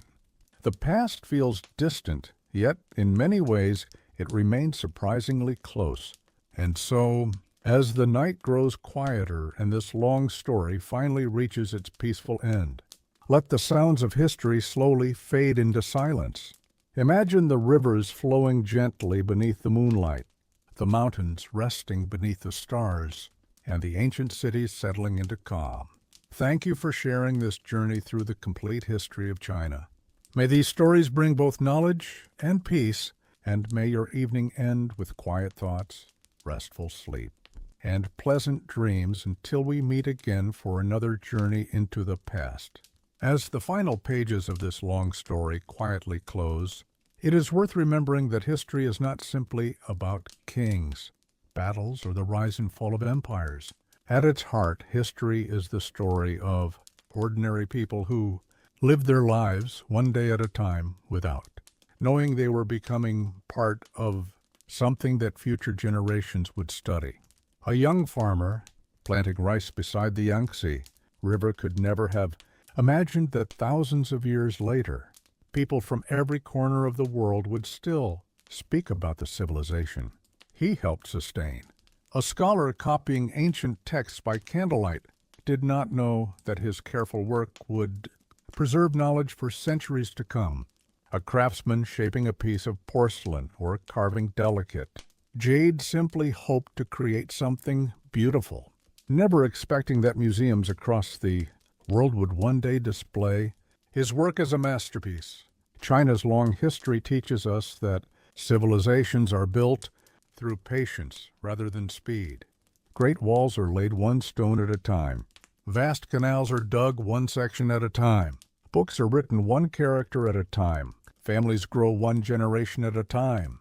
This slow and steady rhythm can be seen throughout Chinese history, where progress often came through persistence instead of sudden change. Even after devastating wars, floods, earthquakes, and political upheavals, communities rebuilt their homes, replanted their fields, reopened their schools, and continued moving forward. Perhaps this is why the story of China feels so timeless. Across more than 5,000 years, countless challenges threatened to erase what earlier generations had created. Yet the civilization endured because its people never completely abandoned their traditions or their hope for the future.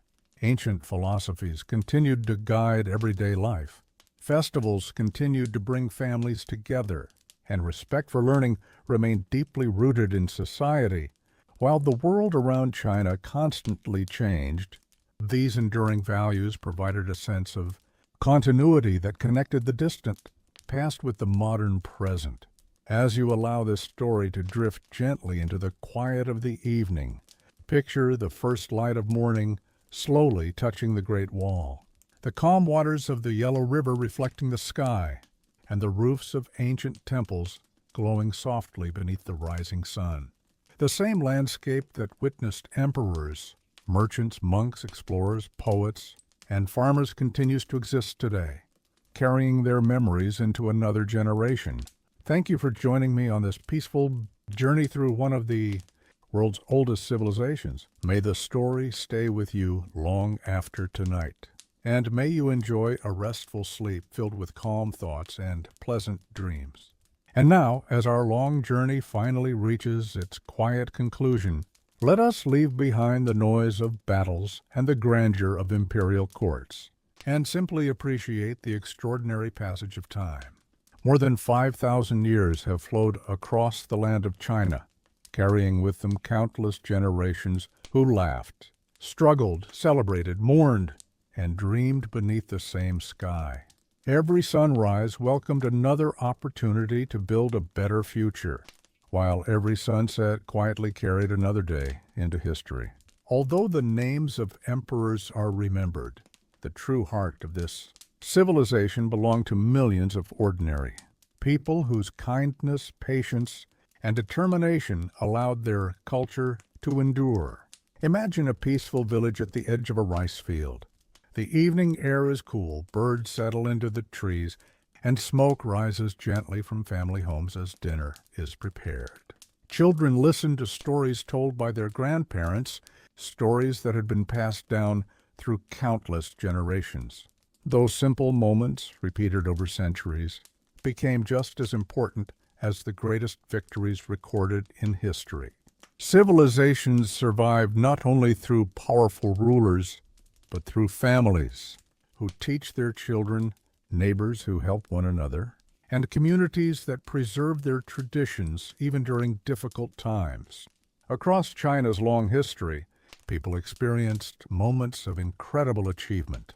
They watched the first paper being made, saw books printed in numbers never imagined before, sailed using the magnetic compass, admired delicate porcelain fresh from the kiln, and walked along roads that connected distant provinces. They witnessed magnificent capitals rise from the earth, while poets captured the beauty of mist-covered mountains and quiet rivers with graceful lines that are still read today. Generation after generation added another thread to an ever-growing tapestry that became one of the richest civilizations in human history. Even today, historians continue learning from China's remarkable past. Archaeologists uncover forgotten cities buried beneath the soil. Ancient tombs reveal new secrets about long-lost dynasties, and faded manuscripts help answer questions that remained mysteries for centuries. Each discovery reminds us that history is never truly complete. There is always another story waiting patiently beneath the ground, another forgotten voice waiting to be heard, and another lesson ready to be shared with future generations. So as the stars slowly brighten above the ancient mountains, and the rivers continue their endless journey toward the sea, let your thoughts become calm and unhurried. Thank you for spending this peaceful time exploring the complete history of China. I hope these stories have carried you gently through thousands of years of human history while bringing a sense of wonder and relaxation.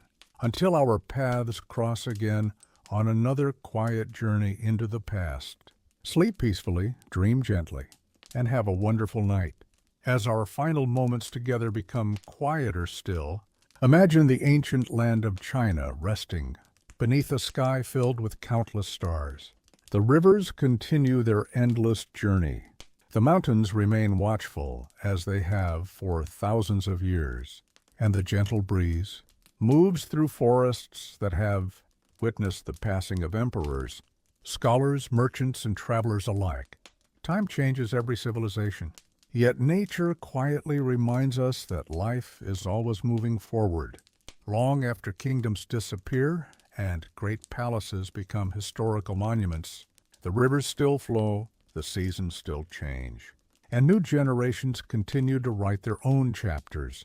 Perhaps that is the greatest message hidden within the history of China.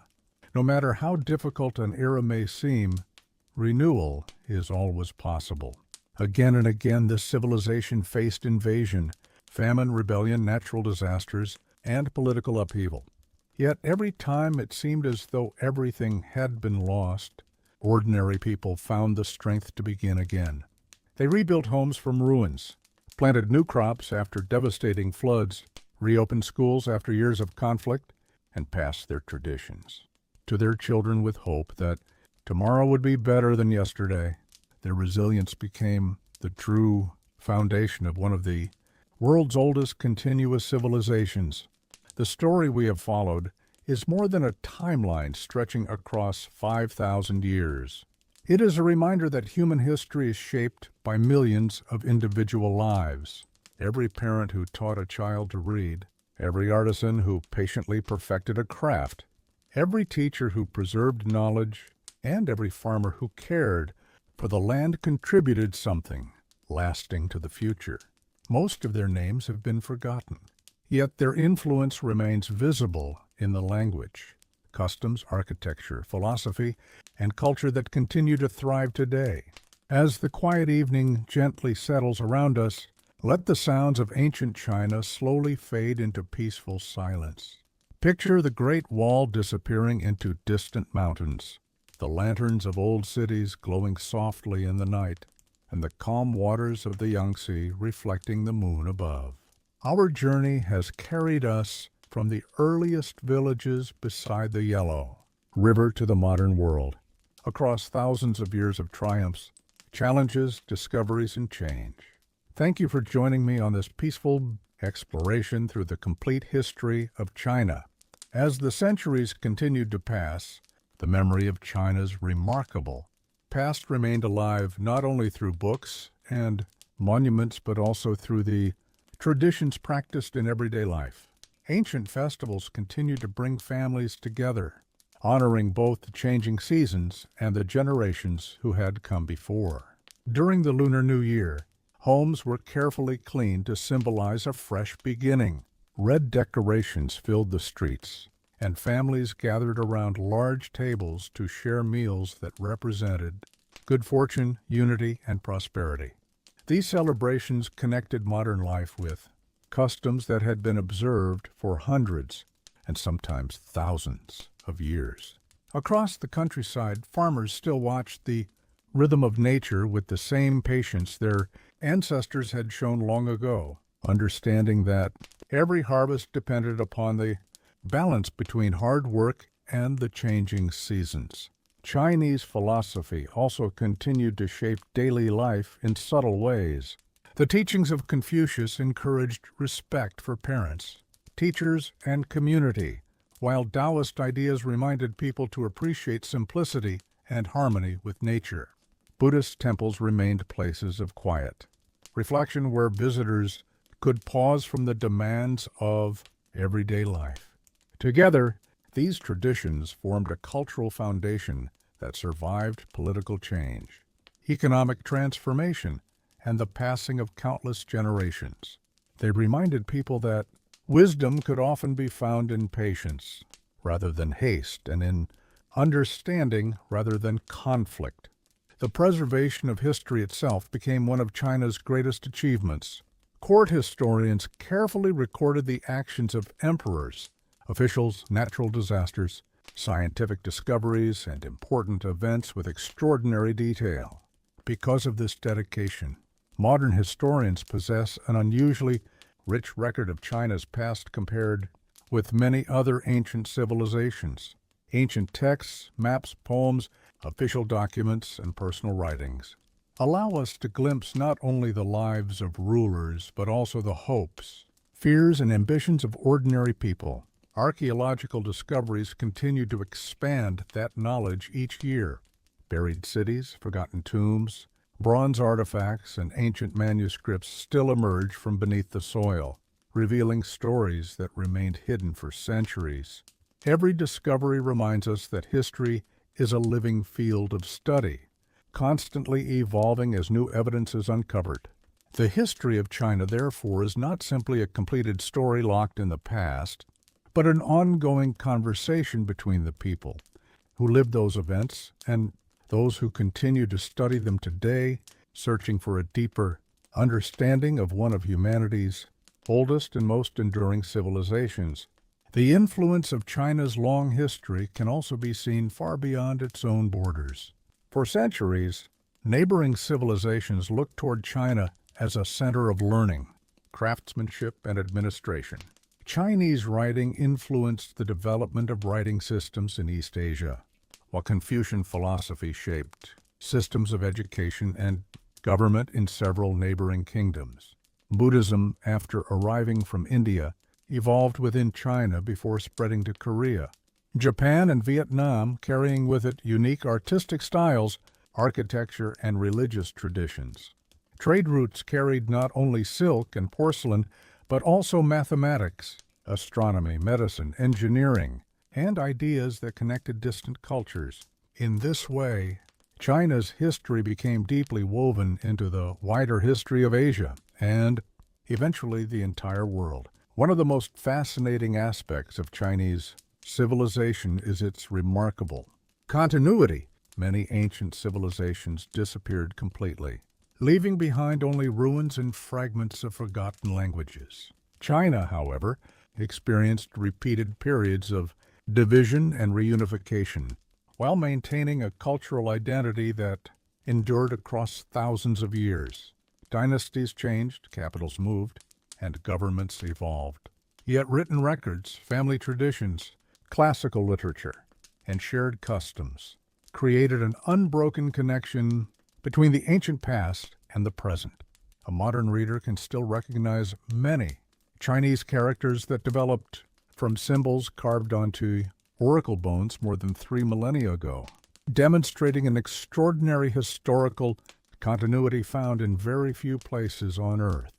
The landscape itself also became a silent witness to history. The Yellow River changed its course many times, bringing both fertile soil and destructive floods. The Yangtze River supported thriving cities and connected distant regions. Through trade and transportation, towering mountain ranges offered natural protection while inspiring generations of poets and painters. Vast deserts challenged travelers along the Silk Road, while fertile plains allowed populations to flourish.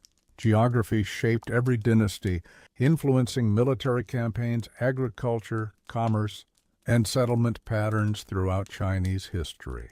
Even today, many of these same rivers, mountains, and valleys continue to define the country's economy and daily life, just as they did thousands of years ago.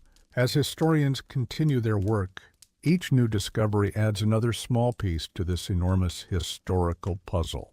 Ancient tombs reveal forgotten rulers. Buried cities uncover long-lost communities, and preserved documents answer questions that scholars have debated for generations. With every excavation, our understanding becomes richer and more complete, reminding us that even after thousands of years, China's history still has many untold stories waiting patiently beneath the earth. Through every chapter of China's long history, one idea appeared again and again: the belief that the strength of a nation depended not only on its armies or its wealth, but also on the character of its people. Emperors often spoke of maintaining harmony between heaven, earth, and humanity, believing that good government required justice, wisdom, and responsibility.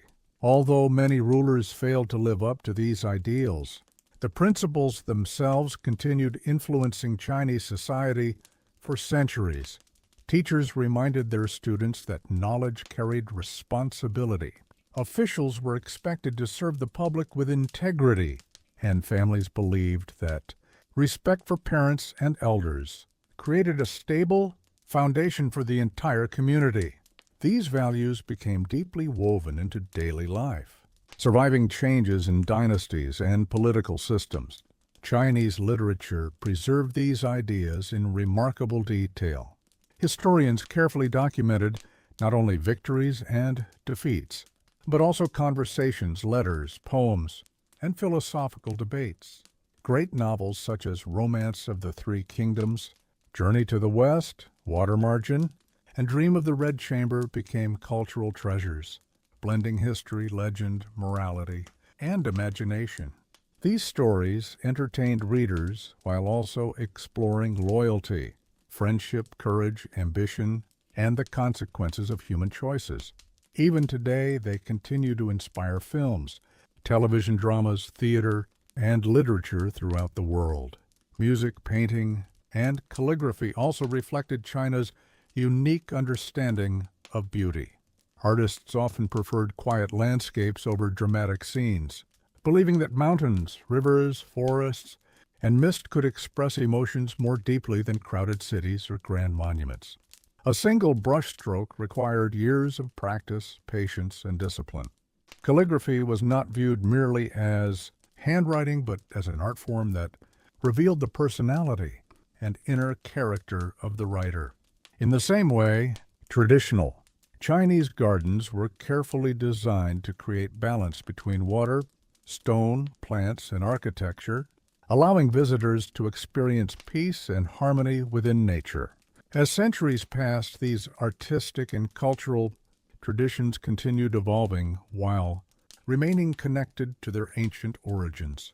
Modern museums, libraries, universities, and archaeological institutes now work to preserve millions of historical objects so future generations can continue learning from them. Every ancient scroll that is restored, every temple that is protected, and every archaeological site that is carefully excavated helps ensure that the story of China remains alive. Rather than belonging only to the past, this history continues to inspire new research, new discoveries, and new appreciation for one of humanity's longest and most remarkable civilizations. Across thousands of years, China's greatest achievements were rarely the result of a single generation. Instead, they were built slowly, with each generation adding another stone to a foundation laid by those who came before. An irrigation canal dug by one group of farmers could continue serving villages centuries later. A book copied by a careful scholar might educate students long after its author had passed away. A bridge built during one dynasty could still carry travelers during the next. This steady accumulation of knowledge, craftsmanship, and experience became one of the defining characteristics of Chinese civilization. Rather than beginning again after every challenge, people often rebuilt upon what already existed, preserving valuable ideas while adapting them to changing times. Education remained central to this process. Parents encouraged children to study not simply to achieve personal success, but because learning was considered a way to strengthen both the family and society as a whole. Young scholars spent years memorizing classical texts, practicing elegant calligraphy, and preparing for demanding civil service examinations. Success required extraordinary discipline, patience, and determination.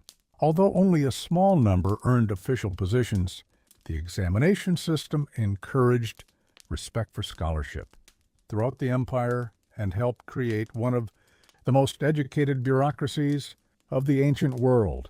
China's cities also reflected centuries of careful planning.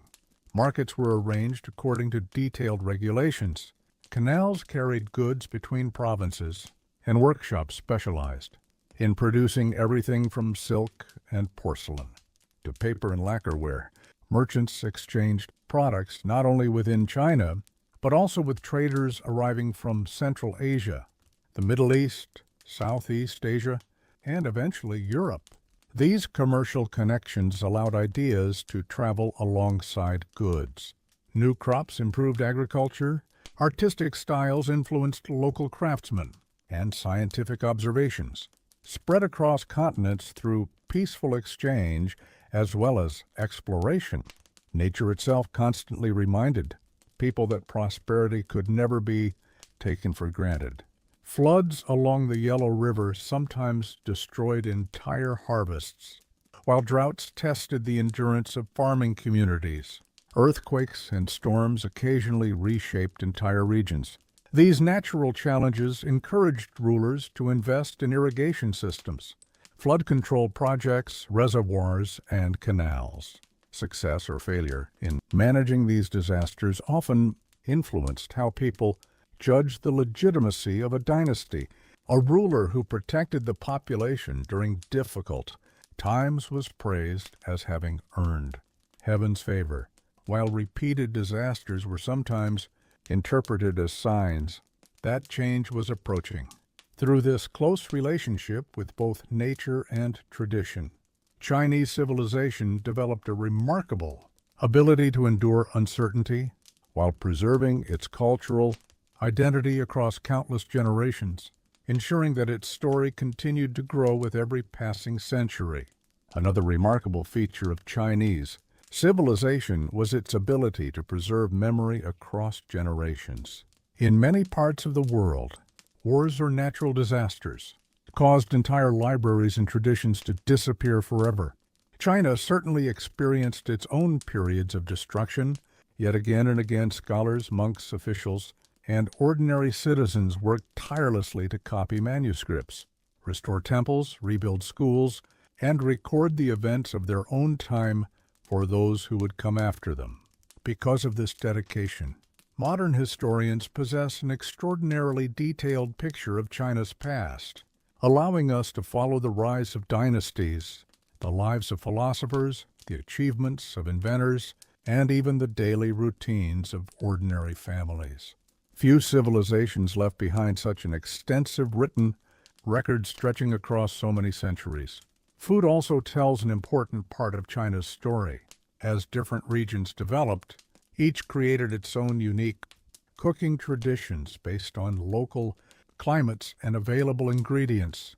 Northern communities often relied on wheat, producing noodles, steamed buns, and dumplings, while southern regions became famous for rice cultivation and dishes flavored with fresh vegetables and river fish. Along the coast, seafood played an important role, while the western provinces developed bold flavors using herbs and spices suited to mountainous landscapes.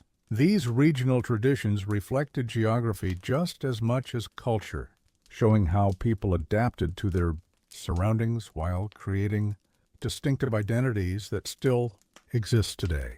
Traditional medicine developed alongside these cultural traditions.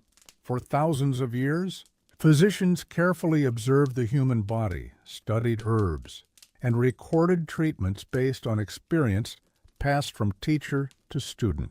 Although modern medicine has transformed healthcare in many ways, traditional Chinese medicine continues to be practiced by many people and remains an important part of the country's cultural heritage. Ancient medical texts, preserved through generations of careful scholarship, provide valuable insight into how people understood health, balance, and the relationship between humans and nature. As we continue reflecting on this extraordinary civilization, it becomes clear that China's greatest legacy cannot be measured only by the size of its empire or the wealth of its rulers. Its true achievement lies in the remarkable continuity of its culture, language, philosophy, and traditions across more than 5,000 years. Countless generations contributed their own ideas, skills, and sacrifices, creating a civilization that has continually adapted while remaining deeply connected to its ancient roots. Every discovery made by archaeologists, every restored manuscript, and every preserved monument adds another layer to this already remarkable story, reminding us that the history of China is far richer than any single book or documentary could ever fully capture. One final aspect of China's remarkable story deserves special attention: its relationship with time itself. Unlike many civilizations that viewed history simply as a record of past events, Chinese scholars often believed history was a teacher. They carefully studied the successes and failures of earlier dynasties, hoping future rulers would avoid repeating the same mistakes. Official historians were appointed not only to record victories, but also to document natural disasters, economic crises, political conflicts, and even the personal decisions of emperors. This tradition created an extraordinary historical archive that continues to guide researchers today. Each generation inherited not only land and buildings, but also the accumulated experiences of countless ancestors whose lives offered lessons about leadership, responsibility, and resilience. Throughout the centuries, China's great rivers remained constant companions to this long story. The Yellow River, sometimes called both the cradle of civilization and China's sorrow, because of its devastating floods, shaped the earliest farming communities and inspired ambitious engineering projects. The Yangtze River became a vital highway connecting distant regions through trade and transportation, allowing ideas and goods to travel as freely as merchants and travelers. Along these waterways, towns gradually became cities, and cities grew into thriving centers of commerce, education, and craftsmanship. Their markets echoed with different dialects, while scholars exchanged ideas that would influence generations yet unborn. Even the natural landscape became part of China's cultural identity. Mountains were seen not merely as obstacles, but as places of inspiration, reflection, and spiritual significance. Poets climbed quiet peaks seeking solitude. Painters captured mist-covered valleys with delicate brushstrokes. And philosophers described nature as the perfect example of balance and harmony.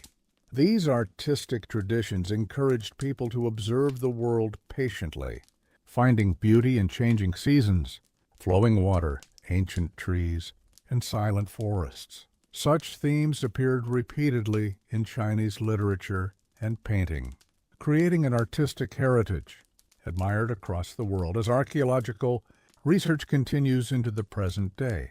Every new excavation reminds us that the story of China still contains countless mysteries waiting to be uncovered. Beneath fields, deserts, mountains, and modern cities lie forgotten settlements, hidden tombs, ancient workshops, and lost manuscripts that may one day reshape our understanding of the past. History is therefore never truly complete. It continues to grow with every discovery, every translated inscription, and every question asked by a new generation of historians determined to understand one of humanity's oldest and most enduring civilizations in even greater depth. As historians continue exploring China's past, they are constantly reminded that history is not fixed or unchanging. Every generation asks new questions, discovers new evidence, and develops a deeper understanding of events that once seemed fully explained. A single archaeological excavation can reveal an entire forgotten settlement. An inscription carved onto a bronze vessel may confirm the existence of a ruler, previously known only through legend. Fragments of silk, pieces of pottery, ancient coins, or preserved bamboo manuscripts all contribute valuable clues that help historians reconstruct the lives of people who lived thousands of years ago. Each discovery adds another piece to an enormous historical puzzle that has been assembled over centuries of careful research. China's long tradition of craftsmanship also deserves lasting recognition. Across every dynasty, skilled artisans devoted years, and often entire lifetimes, to mastering their chosen crafts. Bronze casters created ceremonial vessels of astonishing complexity. Potters perfected porcelain so fine that it became treasured throughout the world. Silk weavers produced fabrics admired for their beauty and precision, while woodworkers, stonemasons, and architects constructed buildings that blended elegance with remarkable engineering. These creations were never viewed simply as objects of daily use. They reflected patience, discipline, and a belief that careful work honored both tradition and future generations. The country's rich cultural heritage can also be heard in its music and seen in its performing arts. Traditional instruments accompanied ceremonies, festivals, and theatrical performances that combined storytelling, poetry, music, and dance into unforgettable experiences. Regional traditions developed their own styles while sharing common cultural roots, creating extraordinary diversity across the empire. These artistic expressions preserved local histories, moral lessons, and legendary heroes long before many stories were written down. Perhaps the greatest achievement of Chinese civilization is its remarkable ability to balance continuity with change. New dynasties introduced different laws, technologies, and ideas. Yet they also respected many traditions inherited from those who came before. Ancient philosophies continued to influence education, family life, and government, even as society evolved through trade, scientific discovery, and contact with distant cultures. This ability to preserve the past while adapting to the future helped China remain one of the world's most enduring civilizations even today. Historians acknowledge that there are still many unanswered questions. Countless archaeological sites remain unexplored. Ancient texts continue to be translated, and researchers regularly debate the meaning of newly discovered evidence. Rather than bringing history to an absolute conclusion, every discovery opens another path of curiosity, reminding us that the story of China continues to reveal new chapters with every passing generation. As we arrive at the final chapter of this remarkable journey, perhaps the greatest lesson China offers is not found in the victories of its emperors or the size of its empire, but in the endurance of its civilization. Across more than 5,000 years, countless kingdoms rose and fell, dynasties flourished and disappeared, and generations faced wars, floods, famine, revolution, and extraordinary change. Yet through every challenge, the people carried forward their language, traditions, knowledge, and hope. That quiet resilience became the true foundation upon which Chinese civilization continued to stand. When we look back across this immense span of history, we see far more than a sequence of dates and rulers. We see the first farmers patiently cultivating the fertile soil beside the Yellow River. We see bronze craftsmen shaping objects that would survive for millennia, scholars preserving ancient wisdom one careful brushstroke at a time, merchants guiding caravans across deserts along the Silk Road, sailors crossing distant oceans, inventors creating paper, printing, gunpowder, and the magnetic compass, poets finding beauty in mist-covered mountains, and ordinary families working each day to build a better future for their children. Every one of them, whether remembered by name or forgotten by history, became part of a civilization that would influence the world in countless ways. China's story reminds us that history is never simply about power. It is about perseverance. It is about the ability to learn from failure, rebuild after hardship, and preserve what is valuable while embracing change. The same rivers that witnessed the birth of the earliest villages continue to flow today, linking the distant past with the modern world. Ancient temples still stand beside vibrant cities, while traditions that began thousands of years ago continue to be celebrated by new generations. The past has never truly disappeared. It lives on in language, culture, philosophy, art, and memory. Even now, archaeologists continue uncovering forgotten cities, hidden tombs, and ancient manuscripts, proving that the story of China is still revealing new secrets. Every discovery reminds us that history is not a closed book, but an endless conversation between the past and the present. The more we learn, the more we realize how much remains to be understood. And so our journey through the complete history of China comes to a gentle close. From the earliest settlements along the Yellow River to the dynamic nation of today, we have traveled across thousands of years of human achievement, challenge, discovery, and renewal. Thank you for sharing this journey through one of the world's oldest and most remarkable civilizations. Until our next voyage into the past, may the stories of history continue to inspire curiosity, reflection, and a deeper appreciation for the generations whose lives shaped the world we know today.